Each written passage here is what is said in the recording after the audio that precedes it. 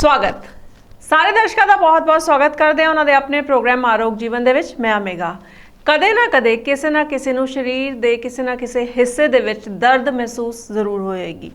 कई बार तो दर्द बहुत घट होंदी है, असी कोशिश करते हैं, कई बार कोई दवाई लैंदे आ तो दर्द दे विच आराम आ जाता है, पर कई बार की होंदा दर्द जिहड़ी है वो बहुत ज़्यादा वध जाती है, हौली हौली कदी घटती है कदी वधदी है, तो कई बार दर्द इन्नी क्रॉनिक हो जाती है कि किते इलाज ही नहीं लभदा। तो उस वेले असी कोई थैरेपी लभदे हाँ जिहदे नाल सानू आराम आवे, साडी दर्द घट जाए या घट के हौली हौली खत्म हो जाए। तो उस वेले सानू याद आती है फिजियोथैरेपी दी। पर बहुत घट लोग ये जानते हैं कि फिजियोथैरेपी की है तो किद्दां काम करती है। तो यही अज असी अपने खास प्रोग्राम के गलबात करांगे। गलबात करन लई स्टूडियो दे विच मेरे नाल मौजूद ने डॉक्टर राजिंदर पाल सिंह जी। बहुत बहुत इन्हां दा पंजाब वन टीवी के स्टूडियो दे विच स्वागत करते हैं। Thank you ji. प्रोग्राम की शुरुआत करते हैं, जिस तरह मैं शुरुआत दे विच गल कर रही सी कि बहुत घट लोग ये जानते हैं कि फिजियोथैरेपी एक्चुअली दे विच की है। फिजियोथैरेपी एक आधुनिक साइंस है जी जिहदे विच असीं बिना किसी दवाई तो बिना किसी सर्जरी तो बहुत सारिया बीमारियों का इलाज करते हैं, जिवें कि मस्कुलोस्केलेटल डिसऑर्डर्स, कहने का भाव कि मांसपेशियां की कोई भी दर्द होवे, जोड़ां दी या हड्डियां की कोई दर्द होवे, न्यूरोलॉजिकल डिसऑर्डर्स, कहने का भाव कि नर्व्स नाल रिलेटेड कोई प्रॉब्लम होवे, जिवें कि अधरंग, लकवा जां शरीर या दिमाग के किसी भी हिस्से कोई प्रॉब्लम होने करके कोई भी प्रॉब्लम आ जाए, उस चीज़ का इलाज असीं फिजियोथैरेपी टेक्निक नहीं करते हैं जी। तो अगे फिजियोथैरेपी दीयां 3 ब्रांचेस ने जिहदे नाल असीं इलाज करते हैं।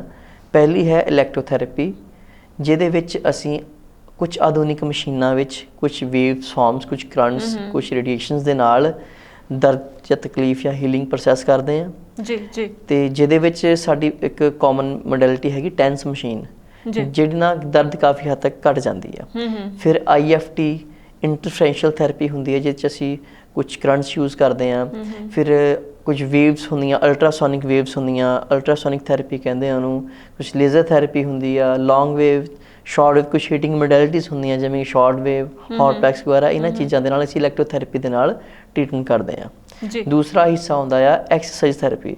पेशेंट की प्रॉब्लम के अकॉर्डिंग, ਉਹਦੀ ਅਲਾਈਨਮੈਂਟ ਦੇ ਅਕੋਰਡਿੰਗ, ਉਹਦੀ ਸਪਾਈਨ ਦੀ ਅਲਾਈਨਮੈਂਟ, ਉਹਦੀ ਬਾਡੀ ਦੀ ਅਲਾਈਨਮੈਂਟ ਦੇ ਅਕੋਰਡਿੰਗ, ਉਹਦੀ ਪ੍ਰੋਬਲਮ ਦੇ ਅਕੋਰਡਿੰਗ ਹੀ ਅਸੀਂ ਉਹਨੂੰ ਐਕਸਰਸਾਈਜ਼ ਪ੍ਰਸਕ੍ਰਾਈਬ ਕਰਦੇ ਹਾਂ। ਫਿਰ ਆ ਜਾਂਦੀ ਤੀਸਰੀ ਮੈਨੂਅਲ ਥੈਰੇਪੀ, ਜਿਹ 'ਚ ਅਸੀਂ ਆਪਣੇ ਹੱਥਾਂ ਦੇ ਨਾਲ ਕੁਛ ਐਡਜਸਟਮੈਂਟਸ ਕਰਦੇ ਹਾਂ।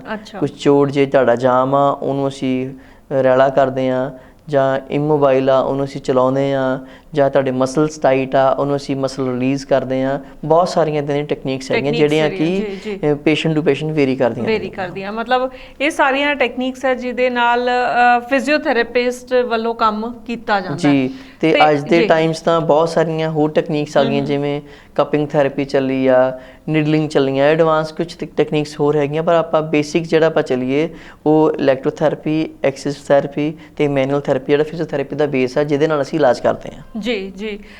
ਤੇ ਫਿਜ਼ੀਓਥੈਰੇਪੀ ਦੀ ਜਿੱਦਾਂ ਅਸੀਂ ਗੱਲ ਕਰ ਰਹੇ ਹਾਂ, ਤੇ ਫਿਜ਼ੀਓਥੈਰੇਪਿਸਟ ਦੀ ਲੋੜ ਕਦੋਂ ਪੈਂਦੀ ਹੈ? ਕੀ ਸਿਰਫ ਦਰਦ ਦੇ ਵਿੱਚ ਪੈਂਦੀ ਹੈ ਫਿਜ਼ੀਓਥੈਰੇਪਿਸਟ ਦੀ ਲੋੜ? ਦੇਖੋ, ਫਿਜ਼ੀਓਥੈਰੇਪਿਸਟ ਦੀ ਲੋੜ ਤਾਂ ਹਰੇਕ ਨੂੰ ਆ। ਇੱਕ ਜੇ ਆਪਾਂ ਜਨਰਲ ਫਿਟਨੈਸ ਦੀ ਗੱਲ ਕਰੀਏ, ਜੇ ਆਪਾਂ ਫਿਟ ਰਹਿਣਾ ਹੈ, ਕਿ ਫਿਜ਼ੀਓਥੈਰੇਪਿਸਟ ਤੋਂ ਵਧੀਆ ਐਕਸਰਸਾਈਜ਼ ਤੁਹਾਨੂੰ ਕੋਈ ਪ੍ਰਸਕ੍ਰਾਈਬ ਨਹੀਂ ਕਰ ਸਕਦਾ, ਕਿਉਂਕਿ ਉਹਨਾਂ ਨੇ ਪੂਰੀ ਸਟੱਡੀ ਕੀਤੀ ਹੁੰਦੀ ਆ ਮਸਲਸ ਦੀ, ਐਨਾਟਮੀ ਦੀ, ਫਿਜ਼ੀਓਲੋਜੀ ਬਾਡੀ ਦੀ, ਤੇ ਉਸ ਤੋਂ ਵਧੀਆ ਐਕਸਰਸਾਈਜ਼ ਕੋਈ ਪ੍ਰਸਕ੍ਰਾਈਬ ਨਹੀਂ ਕਰ ਸਕਦਾ। ਤੇ ਫਿਜ਼ੀਓਥੈਰੇਪੀ ਹਰੇਕ ਉਮਰ 'ਚ ਬਚਪਨ ਤੋਂ ਲੈ ਕੇ बुढ़ापे तक फिजियोथैरेपिस्ट की लोड़ होती है कि उम्र के अकॉर्डिंगली किहड़ी एक्सरसाइज करनी चाहिए, किहड़ी एक्सरसाइज सानू नहीं करनी चाहिए जी। कि फिजियोथैरेपी दे नाल हर दर्द का इलाज संभव है? क्योंकि आम तौर पर की हुंदा है कि जदों दर्द हुंदी है असी टैबलेट्स शुरू कर देंगे ते वो टैबलेट्स लगातार सानू पेन किलर्स खाने की आदत पै जाती है। आलमोस्ट तो कि हरेक बीमारी च पेन का जोड़ा इलाज फिजियोथैरेपी के नाल संभव आ, पर कुछ साडे ऑर्गनस दीयां पेन्स हुंदियां जिन्हां सानू मैडिकेशन लैनी भी जरूरी हुंदी आ। ते पर जिहड़ियां मस्कुलर पेन्स हुंदियां आ, जॉइंट्स पेन हुंदियां, उन्हां विच फिजियोथैरेपी बहुत कारगर आ। बिल्कुल ठीक गल है। ते हुण गल करांगे, एक बड़ी कॉमन प्रॉब्लम है फ्रोजन शोल्डर जी। पहले तो यही जानांगे कि फ्रोजन शोल्डर एक्चुअली दे विच है की? फ्रोजन शोल्डर अपनी डेफिनेशन तो ही इहदा मतलब समझ आ जांदा कि फ्रोजन मतलब फ्रीज हो गया किसी चीज़ का जाम हो जाना। ਜਦੋਂ ਸਾਡਾ ਮੋਢਾ ਕਿਸੇ ਵੀ ਕਾਰਨ ਕਰਕੇ ਜਾਮ ਹੋ ਜਾਂਦਾ, ਉਹਨੂੰ ਆਪਾਂ ਫਰੋਜ਼ਨ ਸ਼ੋਲਡਰ ਕਹਿੰਦੇ ਹਾਂ। ਤੇ ਇਹਦੇ ਬਹੁਤ ਸਾਰੇ ਰੀਜ਼ਨਸ ਆ। ਸਭ ਤੋਂ ਪਹਿਲਾ ਜਿਹੜਾ ਰੀਜ਼ਨ ਇਹਦਾ ਹੈਗਾ ਆ ਡੀਜਨਰੇਸ਼ਨ। ਮਤਲਬ ਜਦੋਂ ਸਾਡੀ ਉਮਰ ਵੱਧਦੀ ਆ ਆਪਣੇ ਜੋੜ ਜਿਹੜੇ ਆ ਉਹ ਘਸਣੇ ਸ਼ੁਰੂ ਹੋ ਜਾਂਦੇ ਆ, ਬੋਡੀ ਘਟਣੀ ਸ਼ੁਰੂ ਹੋ ਜਾਂਦੀ ਆ, ਕਿਸੇ ਵੀ ਜੁਆਇੰਟ ਨੂੰ ਫੜ ਸਕਦੀ ਹੈ ਡੀਜਨਰੇਸ਼ਨ। ਕਈ ਵਾਰੀ ਮੋਢਾ ਇਨਵੋਲਵ ਹੋ ਜਾਂਦਾ, ਉਹਦੇ ਵਿੱਚ ਆਪਣਾ ਜਿਹੜਾ ਮੋਢਾ ਉਹਦੀ ਮੂਵਮੈਂਟ ਘਟ ਜਾਂਦੀ ਆ, ਕਈ ਵਾਰੀ ਬੰਦ ਵੀ ਹੋ ਜਾਂਦੀ ਆ। ਠੀਕ ਹੈ। ਦੂਸਰਾ ਇਹਦਾ ਰੀਜ਼ਨ ਹੈਗਾ ਆ ਡਾਇਬਟਿਕ ਸ਼ੂਗਰ, ਜਿਹਨੂੰ ਆਪਾਂ ਕਹਿ ਦਿੰਦੇ ਹਾਂ। ਜਿਹੜੇ ਪੇਸ਼ੈਂਟ ਡਾਇਬਟਿਕ ਹੈਗੇ ਆ, ਜਦੋਂ ਉਹਨਾਂ ਦਾ ਸ਼ੂਗਰ ਲੈਵਲ ਵੱਧ ਜਾਂਦਾ ਆ, ਰੈਗੂਲਰ ਵੱਧਦਾ ਰਹੇ, ਕਈ ਵਾਰੀ ਜੁਆਇੰਟਸ ਵਿੱਚ ਗੱਠਾਂ ਬਣਨ ਲੱਗ ਪੈਂਦੀਆਂ, ਜਿਹਨੂੰ ਅਸੀਂ ਐਡੀਸ਼ਨਸ ਕਹਿੰਦੇ ਆ। ਉਹ ਜਦੋਂ ਐਡੀਸ਼ਨ ਫਾਰਮੇਸ਼ਨ ਹੋ ਜਾਂਦੀ ਆ ਜੁਆਇੰਟ ਦੇ ਵਿੱਚ, ਉਹ ਤੁਹਾਡੀ ਕਿਸੇ ਵੀ ਜੁਆਇੰਟ ਹੋ ਸਕਦੀ ਹੈ, ਸ਼ੋਲਡਰ 'ਚ ਵੀ ਹੋ ਸਕਦੀ ਆ। ਸ਼ੋਲਡਰ ਦੇ ਬਿਲਕੁਲ ਸਰਾਊਂਡਿੰਗ ਇੱਕ ਜੁਆਇੰਟ ਹੁੰਦਾ ਸਕੈਪੂਲੋਥੋਰੈਸਿਕ ਜੁਆਇੰਟ ਕਹਿੰਦੇ ਆ, ਜਿਹਨੂੰ ਆਪਾਂ ਫਰੇ ਦੇ ਨਾਲ ਦਾ ਜੁਆਇੰਟ ਕਹਿ ਦਿੰਦੇ ਆ। ਸਪਾਈਨ ਤੇ ਤੁਹਾਡੇ ਪਿਛਲੀ ਜਿਹੜੀ ਹੱਡੀ ਉਹਦੇ ਵਿੱਚ ਜੁਆਇੰਟ ਹੁੰਦਾ, ਉਹਦੇ ਵਿੱਚ ਐਡੀਸ਼ਨਸ ਬਣ ਜਾਂਦੇ ਆ ਤੇ ਉਹਦੇ ਕਰਕੇ ਜਿਹੜੀ ਮੋਢੇ ਦੀ ਮੂਵਮੈਂਟ ਆ ਰੁਕ ਜਾਂਦੀ ਆ। ਤੀਸਰਾ ਕਾਰਨ ਹੈਗਾ ਆ ਕਿਸੇ ਵੀ ਸੱਟ ਚੋਟ ਕਰਕੇ, ਕਿਸੇ ਐਕਸੀਡੈਂਟ ਕਰਕੇ ਸਾਨੂੰ ਮੋਢਾ ਬਹੁਤ ਟਾਈਮ ਇਮੋਬਿਲਾਈਜ਼ ਕਰਨਾ ਪਿਆ, ਉਹਨੂੰ ਖੜਾ ਰੱਖਣਾ ਪਿਆ, ਜਾਂ ਕੋਈ ਸਰਜਰੀ ਹੋਈ ਆ, ਉਸ ਤੋਂ ਬਾਅਦ ਮੋਢਾ ਜਿਹੜਾ ਆ ਜਾਮ ਹੋ ਜਾਂਦਾ, ਉਹਦੀ ਜਿਹੜੀ ਮੂਵਮੈਂਟ ਘਟ ਜਾਂਦੀ ਹੈ ਜੀ। ਤੇ ਉਸ ਵੇਲੇ ਜਦੋਂ ਅਸੀਂ ਫਿਜ਼ੀਓਥੈਰੇਪੀ ਦਾ ਸਹਾਰਾ ਲੈਂਦੇ ਆ ਫਰੋਜ਼ਨ ਸ਼ੋਲਡਰ ਲਈ, ਤੇ ਕਿਸ ਤਰ੍ਹਾਂ ਦੀ ਜਿਹੜੀ ਐਕਸਰਸਾਈਜ਼ ਹੈ ਜਾਂ ਥੈਰੇਪੀ ਹੈ ਉਹ ਫਰੋਜ਼ਨ ਸ਼ੋਲਡਰ ਲਈ ਯੂਜ਼ ਕੀਤੀ ਜਾਂਦੀ ਹੈ? ਦੇਖੋ, ਫਿਜ਼ੀਓਥੈਰੇਪੀ ਦੇ ਵਿੱਚ ਫਰੋਜ਼ਨ ਸ਼ੋਲਡਰ ਦਾ ਬਹੁਤ ਹੀ ਵਧੀਆ ਇਲਾਜ ਆ ਤੇ ਵਿਦਿਨ 4 to 5 ਡੇਜ਼ ਪੇਸ਼ੈਂਟ ਕਾਫੀ ਜਿਹੜੀ ਪੇਨ ਰਿਲੀਫ ਕਰਦਾ। ਸ਼ੋਲਡਰ ਨੂੰ ਮੋਬਿਲਾਈਜ਼ ਕਰਨ ਦਾ ਕੰਮ ਫਿਜ਼ੀਓਥੈਰੇਪਿਸਟ ਦਾ ਹੀ ਆ। ਫਿਜ਼ੀਓਥੈਰੇਪਿਸਟ ਤੋਂ ਵਧੀਆ ਸ਼ੋਲਡਰ ਨੂੰ ਕੋਈ ਮੋਬਾਈਲ ਨਹੀਂ ਕਰ ਸਕਦਾ। ਆਪਾਂ ਜਿੰਨੀਆਂ ਮਰਜ਼ੀ ਪੇਨ ਕਿਲਰਸ ਖਾਈ ਜਾਈਏ, ਜਿੰਨਾ ਚਿਰ ਤੁਹਾਡਾ ਸ਼ੋਲਡਰ ਮੋਬਿਲਾਈਜ਼ ਨਹੀਂ ਹੋਊਗਾ ਉਹਨੇ ਚੱਲਣਾ ਨਹੀਂ। ਉਹਨੂੰ ਮੂਵਮੈਂਟ ਕਰਨ ਵਾਸਤੇ ਫਿਜ਼ੀਓਥੈਰੇਪਿਸਟ ਤੁਹਾਨੂੰ ਤੁਹਾਡੇ ਸ਼ੋਲਡਰ ਦੇ ਜੁਆਇੰਟ ਨੂੰ, ਉਹਦੇ ਆਲੇ ਦੁਆਲੇ ਵਾਲੇ ਜੁਆਇੰਟਸ ਨੂੰ ਮੋਬਿਲਾਈਜ਼ ਕਰਦੇ ਆ, ਮਸਲ ਨੂੰ ਸਟਰੈਂਥਨ ਕਰਦੇ ਆ। ਜੇ ਮਸਲ ਇੰਬੈਲੈਂਸ ਆ, ਉਹਨੂੰ ਬੈਲੈਂਸ ਕਿੱਦਾਂ ਕਰਨਾ ਆ ਉਹ ਤੁਹਾਨੂੰ ਸਿਖਾਉਂਦੇ ਆ, ਕੁਝ ਹੋਮ ਰੈਮਡੀਜ਼ ਦੱਸਦੇ ਆ। ਉਹਦੇ ਵਿੱਚ ਜਿਹੜੀ ਹੌਟ ਫਰਮੈਂਟੇਸ਼ਨ ਆ, ਗਰਮ ਪਾਣੀ ਨਾਲ ਟਕੋਰ ਕਰਨੀ ਬਹੁਤ ਵਧੀਆ ਕਾਰਗਰ ਸਿੱਧ ਹੁੰਦੀ ਹੈ। ਗਰਮ ਪਾਣੀ ਕਰਕੇ ਉਹਦੇ ਵਿੱਚ ਨਮਕ ਫਟਕੜੀ ਪਾ ਲੈਣੀ ਹੈ, ਇੱਕ ਚਮਚਾ, ਤੇ ਟਾਵਲ ਡਿਪ ਕਰਕੇ ਉਹਨੂੰ ਨਿਚੋੜ ਕੇ ਆਪਾਂ ਸਟੀਮ ਦੇਣੀ ਆ ਉਸ ਜੁਆਇੰਟ ਨੂੰ। ਜਦੋਂ ਆਪਾਂ ਸਟੀਮ ਦੇਵਾਂਗੇ, ਨਾਲ ਐਕਸਰਸਾਈਜ਼ ਕਰਾਂਗੇ, ਉਹ ਪੇਨ ਨੂੰ ਵੀ ਰਿਡਿਊਸ ਕਰਦੀ ਆ ਤੇ ਉਸ ਏਰੀਆ ਦਾ ਬਲੱਡ ਸਰਕੂਲੇਸ਼ਨ ਵੀ ਇੰਪਰੂਵ ਕਰਦੀ ਆ ਤੇ ਉਹ ਮਸਲਸ ਨੂੰ ਵੀ ਰਿਲੈਕਸ ਕਰਦੀ ਆ ਤੇ ਉਹਦੇ ਵਿੱਚ ਤੁਹਾਡੀ ਮੂਵਮੈਂਟ ਕਾਫੀ ਹੱਦ ਤੱਕ ਫ੍ਰੀ ਹੋ ਜਾਂਦੀ ਆ। ਤੇ ਫਿਜ਼ੀਓਥੈਰੇਪੀ ਜਿੰਨਾ ਚਿਰ ਤੁਹਾਨੂੰ ਥੈਰੇਪਿਸਟ ਐਡਵਾਈਸ ਕਰਦੇ ਆ ਫਿਜ਼ੀਓਥੈਰੇਪੀ ਕਰਾਉਣ ਨੂੰ, ਉਨਾ ਚਿਰ ਥੈਰੇਪੀ ਆਪਣੀ ਕੰਟੀਨਿਊ ਰੱਖੋ। ਜਦੋਂ ਠੀਕ ਹੋ ਜਾਂਦਾ ਤਾਂ ਘਰ ਐਕਸਰਸਾਈਜ਼ ਕਰੋ। ਬਿਲਕੁਲ ਠੀਕ ਹੈ। ਤੇ ਫਰੋਜ਼ਨ ਸ਼ੋਲਡਰ ਦਾ ਇੱਕ ਮਰੀਜ਼ ਜਦੋਂ ਤੁਹਾਡੇ ਕੋਲ ਆਉਂਦਾ ਤੇ ਇਹ ਠੀਕ ਹੋਣ ਦੇ ਵਿੱਚ ਜਾਂ ਦਰਦ ਦੇ ਘਟਣ ਦੇ ਵਿੱਚ ਕਿੰਨਾ ਕੁ ਸਮਾਂ ਜਿਹੜਾ ਉਹ ਲੱਗ ਜਾਂਦਾ? ਇਹ ਸੈਟਿੰਗਸ ਕਿੱਦਾਂ? ਇਹ ਤੁਹਾਡੀ ਸਿਵੀਰਿਟੀ ਤੇ ਡਿਪੈਂਡ ਕਰਦਾ ਕਿ ਤੁਹਾਡਾ ਸ਼ੋਲਡਰ ਕਿੰਨਾ ਕੁ ਫੇਜ਼ ਹੋ ਚੁੱਕਾ ਆ। ਮੋਸਟਲੀ ਆਪਾਂ ਕਿਸੇ ਫਿਜ਼ੀਓਥੈਰੇਪਿਸਟ ਕੋਲ ਜਾਂਦੇ ਆ, ਪਹਿਲੇ 3-4 ਸਿਟਿੰਗ ਦੇ ਵਿੱਚ ਪੇਸ਼ੈਂਟ ਨੂੰ ਫਰਕ ਪੈਣਾ ਸ਼ੁਰੂ ਹੋ ਜਾਂਦਾ ਆ। ਇਹ ਹਫਤਾ ਤੋਂ 10 ਦਿਨ ਤਾਂ ਲੈਂਦੀ ਆ ਚੀਜ਼ ਤੇ ਬਟ ਜੇ ਤੁਹਾਡੀ ਸਿਵੀਰਿਟੀ ਬਹੁਤ ਵੱਧ ਗਈ ਆ ਤੇ ਉਹਨੂੰ ਹੌਲੀ ਹੌਲੀ ਠੀਕ ਹੁੰਦੇ ਟਾਈਮ ਲੱਗਦਾ ਹੈ। ਇਹ ਡਿਪੈਂਡ ਕਰਦਾ ਤੁਹਾਡੀ ਏਜ ਤੇ ਵੀ। ਅੱਛਾ, ਇਹ ਏਜ ਤੇ ਵੀ ਡਿਪੈਂਡ ਕਰਦਾ ਹੈ ਕਿ ਜੇ ਕੋਈ ਨੌਜਵਾਨ ਹੈ ਜਿਹਨੂੰ ਗਿਰ ਕੇ ਕੋਈ ਸੱਟ ਲੱਗੀ ਹੈ ਤੇ ਉਹਨੂੰ ਛੇਤੀ ਫਰਕ ਪਏਗਾ, ਕਿਉਂਕਿ ਜਿੰਨੀ ਘੱਟ ਉਮਰ ਉਨੀ ਹੀਲਿੰਗ ਪ੍ਰੋਸੈਸ ਵੱਧ ਹੁੰਦੀ ਆ। ਜਿੰਨੀ ਸਾਡੀ ਉਮਰ ਵਧੀ ਜਾਣੀ ਆ ਉਨੀ ਹੀਲਿੰਗ ਪ੍ਰੋਸੈਸ ਘਟੀ ਜਾਣੀ ਆ।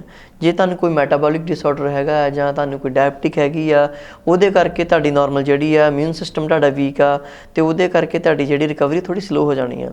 ਪਰ ਘਬਰਾਉਣਾ ਨਹੀਂ, ਇਹਦਾ ਇਲਾਜ ਹੈ। ਫਿਜ਼ੀਓਥੈਰੇਪੀ ਕਰਵਾਓ, ਆਪਣੀ ਐਕਸਰਸਾਈਜ਼ ਮੇਨਟੇਨ ਰੱਖੋ। ਜਦੋਂ ਤੁਸੀਂ ਠੀਕ ਹੋ ਜਾਂਦੇ ਆ ਉਸ ਤੋਂ ਬਾਅਦ ਵੀ ਐਕਸਰਸਾਈਜ਼ ਮੇਨਟੇਨ ਰੱਖੋ।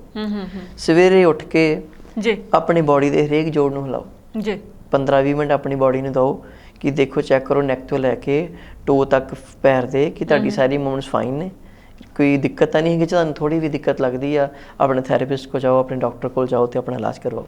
ਜੀ ਬਿਲਕੁਲ ਠੀਕ ਗੱਲ ਹੈ। ਤੁਸੀਂ ਜੋੜਾਂ ਦੀ ਜਿਸ ਤਰ੍ਹਾਂ ਗੱਲ ਕੀਤੀ ਤੇ ਮੈਂ ਇੱਥੇ ਮੌਸਮ ਦੀ ਥੋੜੀ ਗੱਲ ਕਰਾਂਗੀ, ਹੈ ਨਾ। ਜਦੋਂ ਗਰਮੀ ਦਾ ਮੌਸਮ ਹੁੰਦਾ ਉਦੋਂ ਅਸੀਂ ਪੱਖੇ ਥੱਲੇ ਜਾਂ ਕੂਲਰ ਜਾਂ ਏਸੀ ਥੱਲੇ ਬੈਠਦੇ ਹਾਂ ਤੇ ਫਿਰ ਇਦਾਂ ਹੀ ਅਸੀਂ ਜਦੋਂ ਘਰੋਂ ਬਾਹਰ ਨਿਕਲ ਜਾਂਦੇ ਹਾਂ ਤਾਂ ਹੀਟ ਬਹੁਤ ਹੁੰਦੀ ਹੈ। ਕੀ ਇਦਾਂ ਦੀ ਜਿਹੜੀ ਚੀਜ਼ਾਂ ਉਹ ਵੀ ਸਾਡੇ ਜੁਆਇੰਟਸ ਤੇ ਇਫੈਕਟ ਕਰਦੀਆਂ ਨੇ? ਹਾਂ, ਇਹਨਾਂ ਚੀਜ਼ਾਂ ਦਾ ਥੋੜਾ ਬਹੁਤ ਧਿਆਨ ਰੱਖਣਾ ਚਾਹੀਦਾ ਆ, ਕਿਉਂਕਿ ਜਿੰਨਾ ਸਾਡਾ ਸੈਡੈਂਟਰੀ ਲਾਈਫ ਸਟਾਈਲ ਹੋ ਗਿਆ, ਸਾਡੀ ਮੂਵਮੈਂਟਸ ਘੱਟ ਗਈਆਂ, ਐਕਸਰਸਾਈਜ਼ ਸਾਡੀ ਘੱਟ ਗਈ ਆ ਤੇ ਜੇ ਆਪਾਂ ਯਕਦਮ ਗਰਮੀ ਤੋਂ ਏਸੀ ਦੇ ਵਿੱਚ ਆਉਂਦੇ ਆ ਤੇ ਇੰਨਾ ਤੁਹਾਡਾ ਜੋੜ ਹੀ ਨਹੀਂ, ਤੁਹਾਡੀ ਬਾਕੀ ਬੋਡੀ ਦੀ ਮੈਟਾਬੋਲਿਜ਼ਮ ਤੇ ਵੀ ਇਫੈਕਟ ਪੈਂਦਾ ਆ। ਇਸ ਲਈ ਜਦੋਂ ਕਿਤੇ ਬਾਹਰ ਜਾਣਾ ਆ, ਫੈਨ ਜਾਂ ਏਸੀ ਆਫ ਕਰਕੇ 5-10 ਮਿੰਟ ਬੈਠ ਕੇ ਫਿਰ ਬਾਹਰ ਜਾਓ, ਕਿਉਂਕਿ ਯਕਦਮ ਜਦੋਂ ਤਸੀਰ ਚੇਂਜ ਹੁੰਦੀ ਹੈ ਮੌਸਮ ਦੇ ਹਿਸਾਬ ਨਾਲ, ਆਪਣੇ ਮਸਲਸ ਤੇ ਜੁਆਇੰਟਸ ਤੇ ਅਸਰ ਪੈਂਦਾ ਆ। ਬਿਲਕੁਲ ਠੀਕ ਗੱਲ ਹੈ। ਤੇ ਜਿਸ ਤਰ੍ਹਾਂ ਫਰੋਜ਼ਨ ਸ਼ੋਲਡਰ ਬਾਰੇ ਤਾਂ ਡਾਕਟਰ ਸਾਹਿਬ ਤੁਸੀਂ ਜਾਣਕਾਰੀ ਦਿੱਤੀ, ਤੇ ਇੱਕ ਹੋਰ ਜਿਹੜੀ ਕਾਮਨ ਪ੍ਰੋਬਲਮ ਹੈ ਉਹ ਹੈ ਸਰਵਾਈਕਲ ਦੀ। ਅਸੀਂ ਦੇਖਦੇ ਹਾਂ ਕਿ ਹਰ ਚੌਥੇ ਇਨਸਾਨ ਨੂੰ ਜੇ ਅਸੀਂ ਦੇਖੀਏ ਨਾ, ਉਹਨੇ ਇਹੀ ਸ਼ਿਕਾਇਤ ਕਰਨੀ ਕਿ ਮੈਨੂੰ ਸਰਵਾਈਕਲ ਹੈ। ਪਹਿਲੇ ਜਾਣਦੇ ਕਿ ਸਰਵਾਈਕਲ ਹੈ ਕੀ? ਦੇਖੋ ਸਰਵਾਈਕਲ ਤਾਂ ਜਿਹੜੇ ਧੌਣ ਦੇ ਪਹਿਲੇ 7 ਮਣਕੇ ਉਹਨਾਂ ਦਾ ਨਾਮ ਆ ਸਰਵਾਈਕਲ। ਅੱਛਾ। ਅੱਗੇ ਉਹਨਾਂ ਦੀਆਂ n ਨੰਬਰ ਆਫ ਕੰਡੀਸ਼ਨਸ ਹੁੰਦੀਆਂ ਆ।